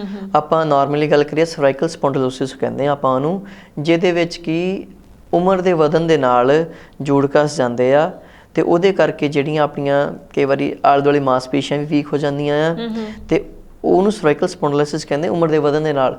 ਬਾਕੀ ਸਰਵਾਈਕਲ ਆਮ ਜਿਹੜੀ ਨਾਰਮਲ ਆਪਾਂ ਗੱਲ ਕਰਦੇ ਨਾ ਉਹਨੂੰ ਆਪਾਂ ਸਰਵਾਈਕਲ ਸਪਾਜ਼ਮ ਕਹਿ ਸਕਦੇ ਆ। ਅੱਛਾ। ਸਰਵਾਈਕਲ ਆਪਾਂ ਨੈਕ 'ਚ ਪੇਨ ਹੋਈ ਸਰਵਾਈਕਲ ਹੋ ਗਈ ਸੀ, ਉਹ ਸਰਵਾਈਕਲ ਨਹੀਂ ਹੁੰਦੀ। ਉਹਨੂੰ ਆਪਾਂ ਇੰਨੀ ਵੱਡੀ ਬਿਮਾਰੀ ਨਾ ਬਣਾਈਏ। ਇੱਕ ਕੁਝ ਨਾਰਮਲ ਥਿੰਗ ਹੈਗੀ ਆ ਕਿ ਸਾਡੇ ਪੋਸਚਰ ਕਰਕੇ ਬਿਲਕੁਲ ਅੱਜ ਕੱਲ ਜਿਹੜਾ ਆਪਣਾ ਸਿਨੈਰੀਓ ਚੱਲਣ ਡਿਆ ਨਾ ਇਲੈਕਟ੍ਰੋਨਿਕਸ, ਜਿਹੜਾ ਆਨਲਾਈਨ ਕਲਾਸਿਸ, ਫੋਨ, ਲੈਪਟਾਪਸ, ਹਨਾ, ਉਹ ਇਹ ਸਾਰਾ ਰੀਜ਼ਨ ਹੈ ਨੈਕ ਪੇਨ ਦਾ। ਠੀਕ ਹੈ, ਆਪਾਂ ਇਹਨੂੰ ਇੱਕ ਨੈਕ ਸਪਾਜ਼ਮ ਕਹੀਏ ਤਾਂ ਜ਼ਿਆਦਾ ਵਧੀਆ ਆ। ਨੈਕ ਦੇ ਜਿਹੜੇ ਆਲੇ ਦੁਆਲੇ ਵਾਲੇ ਮਸਲਸ ਹੁੰਦੇ, ਸਾਡੇ ਟ੍ਰੇਪੀਜ਼ੀਅਸ ਮਸਲ ਆ ਸਾਡਾ ਨੈਕ ਦਾ ਮਸਲ ਆ, ਇਹ ਸਭ ਤੋਂ ਦਾ ਸਪਾਜ਼ਮ ਮਤਲਬ ਟਾਈਟ ਹੋ ਜਾਂਦੇ ਆ। ਠੀਕ ਹੈ, ਆਪਾਂ ਕਹਿ ਦਿੰਦੇ ਸਰਵਾਈਕਲ ਹੋ ਗਿਆ। ਉਹ ਐਕਚੁਅਲ ਜਿਹੜੇ ਤੁਹਾਡੇ ਸਰਵਾਈਕਲ ਰੀਜਨ ਦੇ ਆਲੇ ਦੁਆਲੇ ਵਾਲੇ ਮਸਲਸ ਹੁੰਦੇ ਆ ਉਹ ਟਾਈਟ ਹੋ ਜਾਂਦੇ ਆ। ਉਹਦਾ ਕੋਈ ਵੀ ਰੀਜ਼ਨ ਹੋ ਸਕਦਾ। ਮੈਂ ਤੁਹਾਨੂੰ ਸਭ ਤੋਂ ਪਹਿਲਾਂ ਦੱਸਿਆ ਕਿ ਇੱਕ ਡੀਜਨਰੇਸ਼ਨ ਜਦੋਂ ਉਮਰ ਵੱਧਦੀ ਆ ਉਹਦੇ ਕਰਕੇ ਦਰਦਾਂ ਸ਼ੁਰੂ ਹੋ ਜਾਂਦੀਆਂ। ਨਾਰਮਲ ਅੱਜ ਕੱਲ੍ਹ ਦੇਖੀਏ ਤਾਂ ਸਰਵਾਈਕਲ ਜੋ ਆਪਾਂ ਨਾਮ ਦਿੱਤਾ ਹੋਇਆ ਸਰਵਾਈਕਲ ਜਾਂ ਨੈਕ ਪੇਨ, ਨੈਕ ਸਪਾਜ਼ਮ, ਉਹ ਤਾਂ ਬੱਚਿਆਂ ਨੂੰ ਵੀ ਆ। ਉਹਦਾ ਸਭ ਤੋਂ ਵੱਡਾ ਰੀਜ਼ਨ ਹੈਗਾ ਮੋਬਾਈਲ ਫੋਨਸ। ਆਪਾਂ ਮੋਬਾਈਲ ਫੋਨ ਛੱਡ ਕੇ ਲੈਪਟਾਪ ਛੱਡ ਕੇ ਟੀਵੀ, ਸਾਡਾ ਬੈਠਣ ਦਾ ਪੋਸਚਰ ਸਾਰਾ ਦਿਨ ਤਾਂ ਆਪਾਂ ਨੈਕ ਨੂੰ ਸਟਿਫ ਰੱਖਦੇ ਆ। ਜਿੰਨਾ ਆਪਾਂ ਇੱਕ ਰੇਂਜ 'ਚ ਰੱਖਾਂਗੇ, ਨੈਕ ਨੂੰ ਇੱਕ ਪੋਜੀਸ਼ਨ 'ਚ ਰੱਖਾਂਗੇ, ਉਹ ਹੌਲੀ ਮਸਲ ਉੱਥੇ ਪੋਜੀਸ਼ਨ ਲੈ ਲੈਂਦੇ, ਉੱਥੇ ਘਰ ਕਰ ਜਾਂਦੇ ਆ ਤੇ ਉੱਥੇ ਟਾਈਟ ਹੋ ਜਾਂਦੇ ਆ। ਹੁਣ ਸਪੋਜ਼ ਆਪਾਂ ਫੋਨ ਜ਼ਿਆਦਾ ਯੂਜ਼ ਕਰਦੇ ਆ, ਆਪਣੇ ਨੈਕ ਦੇ ਜਿਹੜੇ ਆ ਬੈਕ ਵਾਲੇ ਮਸਲਸ ਆ ਇਹ ਲੈਂਦਨ ਹੋ ਜਾਂਦੇ ਆ ਤੇ ਜਿਹੜੇ ਮੋਹਰ ਵਾਲੇ ਆ ਉਹ ਸ਼ਾਰਟਨ ਹੋ ਜਾਂਦੇ ਆ। ਹੁਣ 1 ਘੰਟਾ 2 ਘੰਟੇ ਆਪਾਂ ਫੋਨ 'ਚ ਫਿਲਮ ਹੀ ਸਪੋਜ਼ ਕਰੋ ਕੋਈ ਦੇਖ ਰਹੇ ਆ, ਕੋਈ ਮੂਵੀ ਦੇਖ ਰਹੇ ਆ, ਅੱਜ ਕੱਲ ਨਾਰਮਲੀ ਇਹ ਚੀਜ਼ਾਂ ਹੈ। ਉਹ ਨੈਕ ਦਾ ਮਸਲ ਸਪਾਜ਼ਮ ਸਟਿਫ ਹੋ ਗਿਆ, ਇਹ ਆਪਣਾ ਇੱਕ ਦਿਨ ਦਾ ਕੰਮ ਨਹੀਂ ਹੈ ਪਰ ਰੋਜ਼ ਦਾ ਕੰਮ ਆ। ਪਹਿਲਾਂ ਤਾਂ ਸਾਨੂੰ ਕੁਛ ਨਹੀਂ ਹੁੰਦਾ, ਹਫਤਾ 10 ਦਿਨ ਆਪਾਂ ਚੱਲਦੇ ਰਹਿੰਦੇ। ਜਦੋਂ ਪ੍ਰੋਬਲਮ ਵੱਧ ਜਾਂਦੀ ਆ ਫਿਰ ਪੇਨ ਸਟਾਰਟ ਹੁੰਦੀ, ਫਿਰ ਆਪਣਾ ਰੰਗ ਦਿਖਾਉਂਦੀ ਆ। ਉਸ ਤੋਂ ਬਾਅਦ ਆਪਾਂ ਜੋ ਮਰਜ਼ੀ ਥੈਰੇਪੀ ਲੈ ਲਈਏ, ਟਰੀਟਮੈਂਟ ਲੈ ਲਈਏ, ਸਾਨੂੰ ਆਰਾਮ ਹੀ ਨਹੀਂ ਆਉਂਦਾ ਕਿਉਂਕਿ ਉਹ ਮਸਲਕਾਰ ਕਰ ਚੁੱਕੇ। ਜਿੰਨਾ ਚਿਰ ਅਸੀਂ ਉਸ ਚੀਜ਼ ਨੂੰ ਨਹੀਂ ਟਰੀਟ ਕਰਦੇ ਉਨੇ ਚਿਰ ਅਸੀਂ ਠੀਕ ਹੀ ਨਹੀਂ ਹੋ ਸਕਦੇ। ਸਾਡਾ ਸਭ ਤੋਂ ਪਹਿਲਾਂ ਜਿਹੜਾ ਕੰਮ ਹੈਗਾ ਕਿ ਪੇਸ਼ੈਂਟ ਦੀ ਆਪਾਂ ਹਿਸਟਰੀ ਲਈਦੀ ਕਿ ਤੁਸੀਂ ਕੰਮ ਕੀ ਕਰਦੇ ਆ ਤੇ ਤੁਸੀਂ ਫੋਨ ਤਾਂ ਨਹੀਂ ਜ਼ਿਆਦਾ ਯੂਜ਼ ਕਰਦੇ, ਤੁਸੀਂ ਲੈਪਟਾਪ ਤਾਂ ਨਹੀਂ ਜ਼ਿਆਦਾ ਯੂਜ਼ ਕਰਦੇ। ਹਰੇਕ ਬਿਮਾਰੀ ਦਾ ਹੱਲ ਸਾਡੇ ਕੋਲ ਹੀ ਹੁੰਦਾ, ਕਈ ਵਾਰੀ ਮਰੀਜ਼ ਦੇ ਕੋਲ ਖੁਦ ਹੁੰਦਾ। ਸਾਡਾ ਲਾਈਫ ਸਟਾਈਲ, ਸਾਡਾ ਪੋਸਚਰ, ਇਹ ਸਾਰੀਆਂ ਚੀਜ਼ਾਂ ਮੈਟਰ ਕਰਦੀਆਂ ਆ ਨੈਕ ਪੇਨ ਦੇ ਵਿੱਚ। ਜੇ ਆਪਾਂ ਉਹ ਚੀਜ਼ਾਂ ਨੂੰ ਠੀਕ ਕਰ ਲਈਏ ਤੇ ਸਾਡੀ ਨੈਕ ਪੇਨ ਆਪਣੇ ਆਪ ਠੀਕ ਹੋ ਜਾਣੀ ਆ। ਹਾਂ, ਉਸ ਦੇ ਨਾਲ ਜੇ ਆਪਾਂ ਫਿਜ਼ੀਓਥੈਰੇਪੀ ਲਈਏ ਫਿਰ ਸੋਨੇ ਤੇ ਸੁਹਾਗੇ ਵਾਲੀ ਗੱਲ ਕਿ ਉਹ ਜਿਹੜਾ ਰਿਕਵਰੀ ਤੁਹਾਡੀ 15-20 ਦਿਨ 'ਚ ਹੋਣੀ ਆ ਉਹ ਤੁਹਾਡੀ 5-7 ਦਿਨ 'ਚ ਰਿਕਵਰੀ ਹੋਣੀ ਸ਼ੁਰੂ ਹੋ ਜਾਂਦੀ ਹੈ। ਤੇ ਸਰਵਾਈਕਲ ਦੇ ਤਾਂ ਬਹੁਤ ਸਾਰੇ ਕੇਸਿਸ ਸਾਡੇ ਕੋਲ ਆਉਂਦੇ ਆ ਤੇ ਪੇਸ਼ੈਂਟ 5-7 ਦਿਨ ਦੇ ਵਿੱਚ ਠੀਕ ਵੀ ਹੋ ਜਾਂਦੇ ਆ, ਪਰ ਠੀਕ ਤਾਂ ਹੀ ਰਹਿਣਗੇ ਅੱਗੇ ਜੇ ਆਪਣਾ ਲਾਈਫ ਸਟਾਈਲ ਵੀ ਠੀਕ ਕਰਨਗੇ। ਜੇ ਤੁਹਾਡੇ ਕੋਲ ਟ੍ਰੀਟਮੈਂਟ ਕਰਾ ਕੇ ਚੱਲ ਗਏ, ਤੁਸੀਂ ਠੀਕ ਕਰ ਦਿੱਤਾ, ਮਸਲ ਰਿਲੀਜ਼ ਕਰ ਦਿੱਤੇ, ਲੈਂਦਨ ਜਿਹੜੇ ਮਸਲ ਸ਼ਾਰਟਨ ਮਸਲ ਲੈਂਦਨ ਕਰ ਦਿੱਤੇ, ਮਸਲ ਬੈਲੈਂਸ ਕਰ ਦਿੱਤਾ, ਉਹਨਾਂ ਦੇ ਜੇ ਮਣਕੇ ਅੱਗੇ ਪਿੱਛੇ ਹਿੱਲੇ ਹਨ ਤੁਸੀਂ ਐਡਜਸਟ ਕਰ ਦਿੱਤਾ, ਮੋਬਿਲਾਈਜ਼ ਕਰ ਦਿੱਤਾ, ਸਾਰਾ ਕੁਝ ਕਰ ਦਿੱਤਾ, ਪਰ ਫਿਰ ਜਾ ਕੇ ਫੋਨ ਯੂਜ਼ ਕਰ ਲਿਆ, ਉਹੀ ਲਾਈਫ ਸਟਾਈਲ ਸ਼ੁਰੂ ਕਰ ਲਿਆ, ਪ੍ਰੋਬਲਮ ਫੇਰ ਖੜੀ ਹੋ ਜਾਣੀ ਹੈ। ਇਹ ਕੋਈ ਬਿਮਾਰੀ ਨਹੀਂ ਹੈ, ਇਹ ਸਾਡੀ ਖੁਦ ਦੀ ਪੈਦਾ ਕੀਤੀ ਹੋਈ ਇੱਕ ਪ੍ਰੋਬਲਮ ਆ ਜਿਹਨੂੰ ਅਸੀਂ ਖੁਦ ਹੀ ਟਰੀਟ ਕਰਨਾ, ਖੁਦ ਹੀ ਠੀਕ ਕਰਨਾ। ਬਿਲਕੁਲ। ਤੇ ਜਦੋਂ ਸਰਵਾਈਕਲ ਦਾ ਕੋਈ ਪੇਸ਼ੈਂਟ ਤੁਹਾਡੇ ਕੋਲ ਆਉਂਦਾ ਹੈ ਤੇ ਕਿੱਦਾਂ ਇਹ ਜਾਂਚ ਕੀਤੀ ਜਾਂਦੀ ਹੈ ਕਿ ਇਹ ਹੁਣ ਇੱਕ ਤਾਂ ਹੈ ਕਿ ਬਹੁਤ ਸਵੇਅਰ ਹੈ, ਇਹਨਾਂ ਨੂੰ ਬਹੁਤ ਤਕਲੀਫ ਹੈ ਤੇ ਉਹਨੂੰ ਕਿੰਨੇ ਸੈਸ਼ਨ, ਕਿੰਨੇ ਥੈਰੇਪੀ ਦੀ ਲੋੜ ਹੈ, ਤੇ ਜਾਂ ਫਿਰ ਤੁਹਾਨੂੰ ਪਤਾ ਲੱਗ ਜਾਂਦਾ ਜਿੱਦਾਂ ਤੁਸੀਂ ਕਹਿ ਰਹੇ ਹੋ ਕਿ ਜੋ ਸਿਨੈਰੀਓ ਚੱਲ ਰਿਹਾ ਅੱਜ ਕੱਲ੍ਹ, ਜੋ ਲਾਈਫ ਸਟਾਈਲ ਹੈ, ਕਿ ਇਹ ਲਾਈਟ ਪੇਨ ਹੈ, ਇਹਦੀ ਆਪਣੀ ਗਲਤੀ ਹੈ, ਉਹਦੇ ਨਾਲ ਆਪਣੇ ਸੁਧਾਰ ਨਾਲ ਹੀ ਠੀਕ ਹੋਏਗਾ। ਸਭ ਤੋਂ ਵੱਡੀ ਗੱਲ ਤਾਂ ਹੈ ਐਗਜ਼ਾਮੀਨੇਸ਼ਨ। ਇੱਕ ਫਿਜ਼ੀਓਥੈਰੇਪੀ ਨੇ ਐਗਜ਼ਾਮਿਨ ਕਰਨਾ ਹੁੰਦਾ ਹੈ ਕਿ ਸਿਰਫ ਮਸਕੂਲਰ ਪ੍ਰੋਬਲਮ ਆ ਕਿ ਇਹਦੇ ਨਰਵ ਵੀ ਇਨਵੋਲਵ ਹੈਗੀਆਂ ਆ। ਇੱਕ ਜਗ੍ਹਾ ਪੋਜੀਸ਼ਨ ਤੇ ਰਹਿਣ ਦੇ ਨਾਲ ਕਈ ਵਾਰ ਕੀ ਹੁੰਦਾ, ਸਾਡੇ ਜਿਹੜੀ ਧੌਣ ਤੋਂ ਨਰਵਸ ਬਾਹਰ ਨੂੰ ਜਾਂਦੀਆਂ ਨਾ ਉਹ ਇੰਪਿੰਜ ਹੋ ਜਾਂਦੀਆਂ, ਉਹ ਦੱਬ ਹੋ ਜਾਂਦੀਆਂ ਆ। ਹੁਣ ਉਹਦੇ ਲਈ ਕੁਝ ਸਾਡੇ ਸਪੈਸ਼ਲ ਟੈਸਟ ਹੁੰਦੇ ਆ, ਕੰਪਰੈਸ਼ਨ ਟੈਸਟ ਕਹਿੰਦੇ ਆ, ਡਿਸਟਰੈਕਸ਼ਨ ਟੈਸਟ ਸਾਡਾ ਹੁੰਦਾ ਕਿ ਦੇਖਣਾ ਕਿ ਮਸਲ ਇਨਵੋਲਵ ਆ ਕਿ ਇਕੱਲੇ ਨਰਵਸ ਹੀ ਇਨਵੋਲਵ ਆ। ਉਹ ਅਸੀਂ ਟੈਸਟ ਕਰਵਾ ਕੇ ਦੇਖੀਦੇ, ਜੇ ਨੈਕ ਤੋਂ ਲੈ ਕੇ ਬਾਂਹ ਦੇ ਵਿੱਚ ਦਰਦ ਜਾਂਦੀ ਹੈ ਮੀਨਸ ਤੁਹਾਡੀ ਨਰਵ ਇਨਵੋਲਵ ਆ। ਉਹਦੇ ਵਾਸਤੇ ਟਰੀਟਮੈਂਟ ਦਾ ਸਿਨੈਰੀਓ ਕੁਝ ਅਲੱਗ ਹੁੰਦਾ ਆ। ਜੇ ਸਾਨੂੰ ਲੱਗੇ ਕਿ ਸਿਰਫ ਮਸਲ ਇਨਵੋਲਵ ਆ, ਮਸਲ ਟਾਈਟਨੈਸ ਆ, ਉਹਦੇ ਵਾਸਤੇ ਟਰੀਟਮੈਂਟ ਦਾ ਸਿਨੈਰੀਓ ਕੁਝ ਅਲੱਗ ਹੁੰਦਾ ਆ। ਹਰੇਕ ਪ੍ਰੋਬਲਮ ਦਾ ਅਲੱਗ-ਅਲੱਗ ਇਲਾਜ ਹੁੰਦਾ ਆ। ਬਿਲਕੁਲ ਠੀਕ ਆ। ਜਿੰਨੀ ਸਿਵਿਅਰਿਟੀ ਜ਼ਿਆਦਾ ਆ ਉਨਾ ਹੀ ਇਲਾਜ ਦਾ ਟਾਈਮ ਥੋੜਾ ਵੱਧ ਜਾਂਦਾ ਆ। ਜੇ ਤਾਂ ਸਿਰਫ ਮਸਲ ਇਨਵੋਲਵ ਹੈਗੇ ਆ, ਮਸਲ ਟਾਈਟ ਹੈਗੇ ਆ, ਫਿਰ ਤਾਂ ਅਸੀਂ ਮੈਨੂਅਲੀ ਜਾਂ ਕੁਝ ਕਰਕੇ 5-7 ਦਿਨ 'ਚ ਪੇਸ਼ੈਂਟ ਠੀਕ ਹੋ ਜਾਂਦਾ ਹੈ। ਜੇ ਤੁਹਾਡੀ ਨਰਵ ਇਨਵੋਲਵ ਹੈਗੀ ਆ ਫਿਰ 3 to 5 ਵੀਕਸ ਲੱਗਦੇ ਆ ਠੀਕ ਹੋਣ ਨੂੰ। ਜੀ। ਤੇ ਸਰਵਾਈਕਲ ਦੀ ਜਿਹੜੀ ਪ੍ਰੋਬਲਮ ਹੈ ਉਹਦੇ ਵਿੱਚ ਨਾਲ ਜੇ ਕੋਈ ਪੇਸ਼ੈਂਟ ਥੈਰੇਪੀ ਲੈ ਰਿਹਾ ਤੇ ਨਾਲ ਉਸਨੇ ਆਪਣੀ ਦਵਾਈ ਜਿਹੜੀ ਉਹਨੂੰ ਦਿੱਤੀ ਗਈ ਹੈ ਉਹ ਵੀ ਖਾਣੀ ਹੈ। ਇਸ ਸਵਾਲ ਦਾ ਜਵਾਬ ਜ਼ਰੂਰ ਲਵਾਂਗੇ। ਪ੍ਰੋਗਰਾਮ ਚੱਲ ਰਿਹਾ ਆਰੋਗ ਜੀਵਨ ਪ੍ਰੋਗਰਾਮ ਦੇ ਵਿੱਚ ਮਿਲਦਾ ਇੱਕ ਛੋਟੇ ਜਿਹੇ ਬ੍ਰੇਕ ਤੋਂ ਬਾਅਦ। Condola Travels. Book your flight tickets online.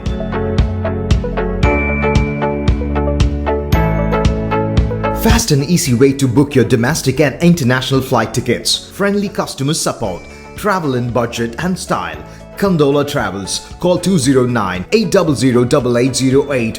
Website www.condolatravels.com. ਤੁਸੀਂ ਵੇਖ ਰਹੇ ਹੋ ਪ੍ਰੋਗਰਾਮ ਆਰੋਗ ਜੀਵਨ। ਡਾਕਟਰ ਰਜਿੰਦਰਪਾਲ ਜੀ ਸਟੂਡੀਓ ਦੇ ਵਿੱਚ ਅੱਜ ਸਾਡੇ ਨਾਲ ਨੇ। ਲਗਾਤਾਰ ਫਿਜ਼ੀਓਥੈਰੇਪੀ ਬਾਰੇ ਇਹਨਾਂ ਦੇ ਨਾਲ ਗੱਲਬਾਤ ਕਰ ਰਹੇ ਹਾਂ ਤੇ ਬ੍ਰੇਕ ਤੋਂ ਪਹਿਲਾਂ ਜਿਸ ਤਰ੍ਹਾਂ ਗੱਲਬਾਤ ਹੋ ਰਹੀ ਸੀ ਸਰਵਾਈਕਲ ਦੀ, ਤੇ ਹੁਣ ਤੁਹਾਡੇ ਤੋਂ ਇਹ ਜਾਣਾਂਗੇ ਕਿ ਸਰਵਾਈਕਲ ਦਾ ਜੇ ਕੋਈ ਪੇਸ਼ੈਂਟ ਹੈ ਉਹ ਮੈਡੀਸਿਨਸ ਲੈ ਰਿਹਾ ਆਪਣੀ ਤੇ ਨਾਲ ਉਹ ਫਿਜ਼ੀਓਥੈਰੇਪੀ ਵੀ ਲੈ ਰਿਹਾ ਤੇ ਉਹ ਕਿੰਨੀ ਕੁ ਦੇਰ ਤੱਕ ਉਹਨੂੰ ਮੈਡੀਸਿਨ ਜਿਹੜੀ ਹੋਰ ਲੈਣੀ ਚਾਹੀਦੀ ਹੈ ਜਾਂ ਫਿਰ ਉਹਨੂੰ ਮੈਡੀਸਿਨ ਹੌਲੀ ਹੌਲੀ ਘਟਾਉਣੀ ਚਾਹੀਦੀ ਹੈ ਤੇ ਇਹ ਕੀ ਉਹਨੂੰ ਕਰਨਾ ਚਾਹੀਦਾ? ਮੋਸਟ ਪ੍ਰੋਬਬਲੀ ਜਿਹੜੀਆਂ ਮੈਡੀਸਿਨਸ ਹੁੰਦੀਆਂ ਉਹ ਜ਼ਿਆਦਾਤਰ ਪੇਨ ਕਿਲਰ ਹੀ ਹੁੰਦੀਆਂ ਆ ਤੇ ਉਹ ਆਪਣੇ ਫਿਜ਼ੀਸ਼ੀਅਨ ਦੀ ਸਲਾਹ ਦੇ ਨਾਲ ਜਾਂ ਆਰਥੋਪੈਡਿਕ ਸਰਜਨ ਜਿਹਨਾਂ ਕੋਲ ਜਾਂਦੇ ਉਹਦੀ ਸਲਾਹ ਦੇ ਨਾਲ ਦਵਾਈ ਘਟਵਾ ਸਕਦੇ ਆ। ਪਰ ਮੈਂ ਤਾਂ ਦਰਸ਼ਕਾਂ ਨੂੰ ਇਹ ਕਹਿਣਾ ਚਾਹੂੰਗਾ ਕਿ ਜਦੋਂ ਤੁਹਾਨੂੰ ਕੋਈ ਵੀ ਮਸਕੂਲੋਸਕੈਲਟਲ ਪ੍ਰੋਬਲਮ ਹੁੰਦੀ ਹੈ, ਹੱਡੀਆਂ ਦੀ ਮਾਸਪੇਸ਼ੀਆਂ ਦੀ ਦਰਦ ਹੁੰਦੀ ਆ, ਸਾਨੂੰ ਫਿਜ਼ੀਓਥੈਰੇਪਿਸਟ ਸਾਡੀ ਫਸਟ ਪ੍ਰੈਫਰੈਂਸ ਹੋਣੀ ਚਾਹੀਦੀ ਆ। ਆਪਾਂ ਨੂੰ ਕੋਸ਼ਿਸ਼ ਕਰਨੀ ਚਾਹੀਦੀ ਹੈ ਕਿ ਦਵਾਈਆਂ ਤੋਂ ਬਗੈਰ ਆਪਾਂ ਇਸ ਚੀਜ਼ ਦਾ ਸਮਾਧਾਨ ਕਰ ਲਈਏ ਛੇਤੀ, ਕਿਉਂਕਿ ਲੰਬੇ ਸਮੇਂ ਨੂੰ ਪੇਨ ਕਿਲਰ ਖਾਣਾ ਉਹ ਵੀ ਇੱਕ ਅੱਛੀ ਗੱਲ ਨਹੀਂ ਹੈਗੀ। ਸਾਡੀ ਸਿਹਤ ਤੇ ਉਹਦਾ ਐਡਵਰਸ ਇਫੈਕਟ ਪੈਂਦਾ ਆ। ਉਹਦੇ ਸਾਈਡ ਇਫੈਕਟਸ ਤੋਂ ਬਚਣ ਲਈ ਤਾਂ ਫਿਜ਼ੀਓਥੈਰੇਪੀ ਬਣਾਈ ਗਈ ਆ ਕਿ ਦਵਾਈਆਂ ਦਾ ਸਾਈਡ ਇਫੈਕਟਸ ਨਾ ਹੋਵੇ। ਪਰ ਜਿੱਥੇ ਜ਼ਰੂਰਤ ਹੁੰਦੀ ਆ ਕਈ ਪ੍ਰੋਬਲਮਸ ਦੇ ਵਿੱਚ ਉੱਥੇ ਦਵਾਈ ਲੈਣੀ ਵੀ ਚਾਹੀਦੀ ਆ। ਉਹ ਆਪਣੇ ਡਾਕਟਰ ਦੇ ਨਾਲ ਕੰਸਲਟ ਕਰਕੇ ਉਹਨੂੰ ਬੰਦ ਕਰਾ ਸਕਦੇ ਆ। ਪਰ ਪਹਿਲੀ ਜਿਹੜੀ ਪ੍ਰੈਫਰੈਂਸ ਆ ਕਿਸੇ ਵੀ ਹੱਡੀਆਂ ਦੀ ਜਾਂ ਮਾਸਪੇਸ਼ੀਆਂ ਦੀ ਪ੍ਰੋਬਲਮ ਦੀ ਸਾਨੂੰ ਫਿਜ਼ੀਓਥੈਰੇਪਿਸਟ ਨੂੰ ਹੀ ਕੰਸਲਟ ਕਰਨਾ ਚਾਹੀਦਾ ਹੈ। ਜੀ ਤੇ ਡਾਕਟਰ ਸਾਹਿਬ ਕਈ ਵਾਰ ਦੇਖਣ ਦੇ ਵਿੱਚ ਆਇਆ ਨਾ ਕਿ ਕਈ ਮਰੀਜ਼ ਜਿਹੜੇ ਉਹਨਾਂ ਨੇ ਕਾਲਰ ਵੀ ਨੈਕ ਦੇ ਵਿੱਚ ਲਗਾਇਆ ਹੁੰਦਾ ਤੇ ਉਹ ਲਗਾਉਣ ਦਾ ਕੀ ਪਰਪਸ ਹੁੰਦਾ? ਕਾਲਰ ਲਗਾਉਣ ਦਾ ਪਰਪਸ ਸਟੇਬਿਲਿਟੀ ਪ੍ਰੋਵਾਈਡ ਕਰਨਾ ਕਿ ਜਿੱਦਾਂ ਸੜਕਾਂ ਕਈ ਵਾਰੀ ਸਹੀ ਨਹੀਂ ਹੁੰਦੀਆਂ, ਝਟਕੇ ਲੱਗਦੇ ਆ, ਉਹਨੂੰ ਬਚਾਉਣ ਵਾਸਤੇ ਕਿ ਆਪਣੇ ਜਿਹੜੇ ਸਪਾਈਨ ਆ, ਆਪਣੇ ਧੌਣ ਦੇ ਮਣਕੇ ਆ, ਉਹਨਾਂ ਤੇ ਪ੍ਰੈਸ਼ਰ ਨਾ ਪਵੇ, ਝਟਕਾ ਨਾ ਲੱਗੇ, ਜਿਹਦੇ ਕਰਕੇ ਨਰਵ ਕੰਪਰੈਸ਼ਨ ਨਾ ਹੋਵੇ। ਉਹਨੂੰ ਬਚਾਉਣ ਵਾਸਤੇ ਆਪਾਂ ਕਾਲਰ ਲਗਾਉਂਦੇ ਆ। ਕਾਲਰ ਵੀ ਕਈ ਤਰ੍ਹਾਂ ਦੇ ਹੁੰਦੇ, ਸੌਫਟ ਕਾਲਰ, ਹਾਰਡ ਕਾਲਰ, ਕਈ ਬਿਮਾਰੀ ਦੇ ਅਕੋਰਡਿੰਗ ਡਿਪੈਂਡ ਕਰਦਾ ਕਿ ਕੀ ਤਕਲੀਫ ਉਹਦੇ ਅਕੋਰਡਿੰਗ ਵੀ ਕਾਲਰ ਬਣੇ ਹੁੰਦੇ ਆ। ਤੇ ਜਿਹੜਾ ਆਪਾਂ ਆਮ ਕਾਲਰ ਦੇਖਣ ਨੂੰ ਮਿਲਦਾ ਨਾ ਨੈਕ ਪੇਨ ਕਰਕੇ, ਉਹ ਸਪੋਰਟ ਦੇਣ ਵਾਸਤੇ ਹੁੰਦਾ ਆ। ਉਹਨੂੰ ਲੰਬਾ ਚਿਰ ਯੂਜ਼ ਨਹੀਂ ਕਰਨਾ ਚਾਹੀਦਾ। ਮਤਲਬ ਉਹ ਸਿਰਫ ਸਪੋਰਟ ਦੇਣ ਲਈ ਹੁੰਦਾ ਹੈ। ਜਦੋਂ ਤੁਸੀਂ ਸਫ਼ਰ ਕਰਨਾ ਆ ਉਦੋਂ ਉਹਨੂੰ ਯੂਜ਼ ਕਰੋ। ਜਾਂ ਤੁਹਾਨੂੰ ਕਈ ਵਾਰੀ ਵਰਟਾਈਗੋ ਦਾ ਕੇਸ ਆ ਜਾਂਦੇ, ਚੱਕਰ ਬਹੁਤ ਆਉਂਦੇ, ਉਸ ਪੇਸ਼ੈਂਟ ਨੂੰ ਅਸੀਂ ਕਹੀਦਾ ਕਿ ਤੁਸੀਂ 5-7 ਦਿਨ ਜਿਹੜਾ ਕਾਲਰ ਆ ਕੰਟੀਨਿਊਸ ਲਗਾ ਕੇ ਰੱਖੋ। ਜੇ ਆਪਾਂ ਕਾਲਰ ਕੰਟੀਨਿਊਸ ਲਗਾ ਕੇ ਰੱਖਾਂਗੇ ਤੁਹਾਡੇ ਜਿਹੜੇ ਮਸਲ ਦਾ ਕੰਮ ਆ ਉਹ ਕਾਲਰ ਨੇ ਲੈ ਲੈਣਾ ਤੇ ਤੁਹਾਡੇ ਮਸਲ ਨੇ ਵਰਕ ਕਰਨਾ ਘਟ ਜਾਣਾ ਆ। ਉਹਨਾਂ ਤੁਹਾਡੇ ਮਸਲਸ ਵੀਕ ਹੋ ਸਕਦੇ ਨੈਕ ਦੇ। ਇਸ ਲਈ ਜੇ ਕਾਲਰ ਲਗਾਉਣਾ ਆ ਤੇ ਉਹਦੇ ਵਾਸਤੇ ਨੈਕ ਦੀਆਂ ਐਕਸਰਸਾਈਜ਼ ਬਹੁਤ ਜ਼ਰੂਰੀ ਕਰਨੀਆਂ ਨਾਲ। ਜੇ ਤੁਸੀਂ ਐਕਸਰਸਾਈਜ਼ ਨਹੀਂ ਕਰੋਗੇ, ਕਾਲਰ ਹਮੇਸ਼ਾ ਲਗਾ ਕੇ ਰੱਖੋਗੇ ਤਾਂ ਤੁਸੀਂ ਹੈਬਚੁਅਲ ਹੋ ਜਾਣਾ। ਸਾਈਕੋਲੋਜੀਕਲੀ ਵੀ ਤੁਸੀਂ ਉਹਦੇ ਆਦੀ ਹੋ ਜਾਣਾ ਹੈ। ਜੇ ਤੁਹਾਨੂੰ ਨਹੀਂ ਵੀ ਲੋੜ ਤੁਸੀਂ ਤਾਂ ਵੀ ਲਗਾਈ ਰੱਖਣਾ। ਬਿਲਕੁਲ। ਇਸ ਕਰਕੇ ਕਾਲਰ ਆਪਣੇ ਡਾਕਟਰ ਦੀ ਸਲਾਹ ਨਾਲ ਲਗਾਇਆ ਜਾਵੇ, ਫਿਜ਼ੀਓਥੈਰੇਪਿਸਟ ਤੋਂ ਕੰਸਲਟ ਕਰਕੇ ਹੀ ਲਗਾਇਆ ਜਾਵੇ।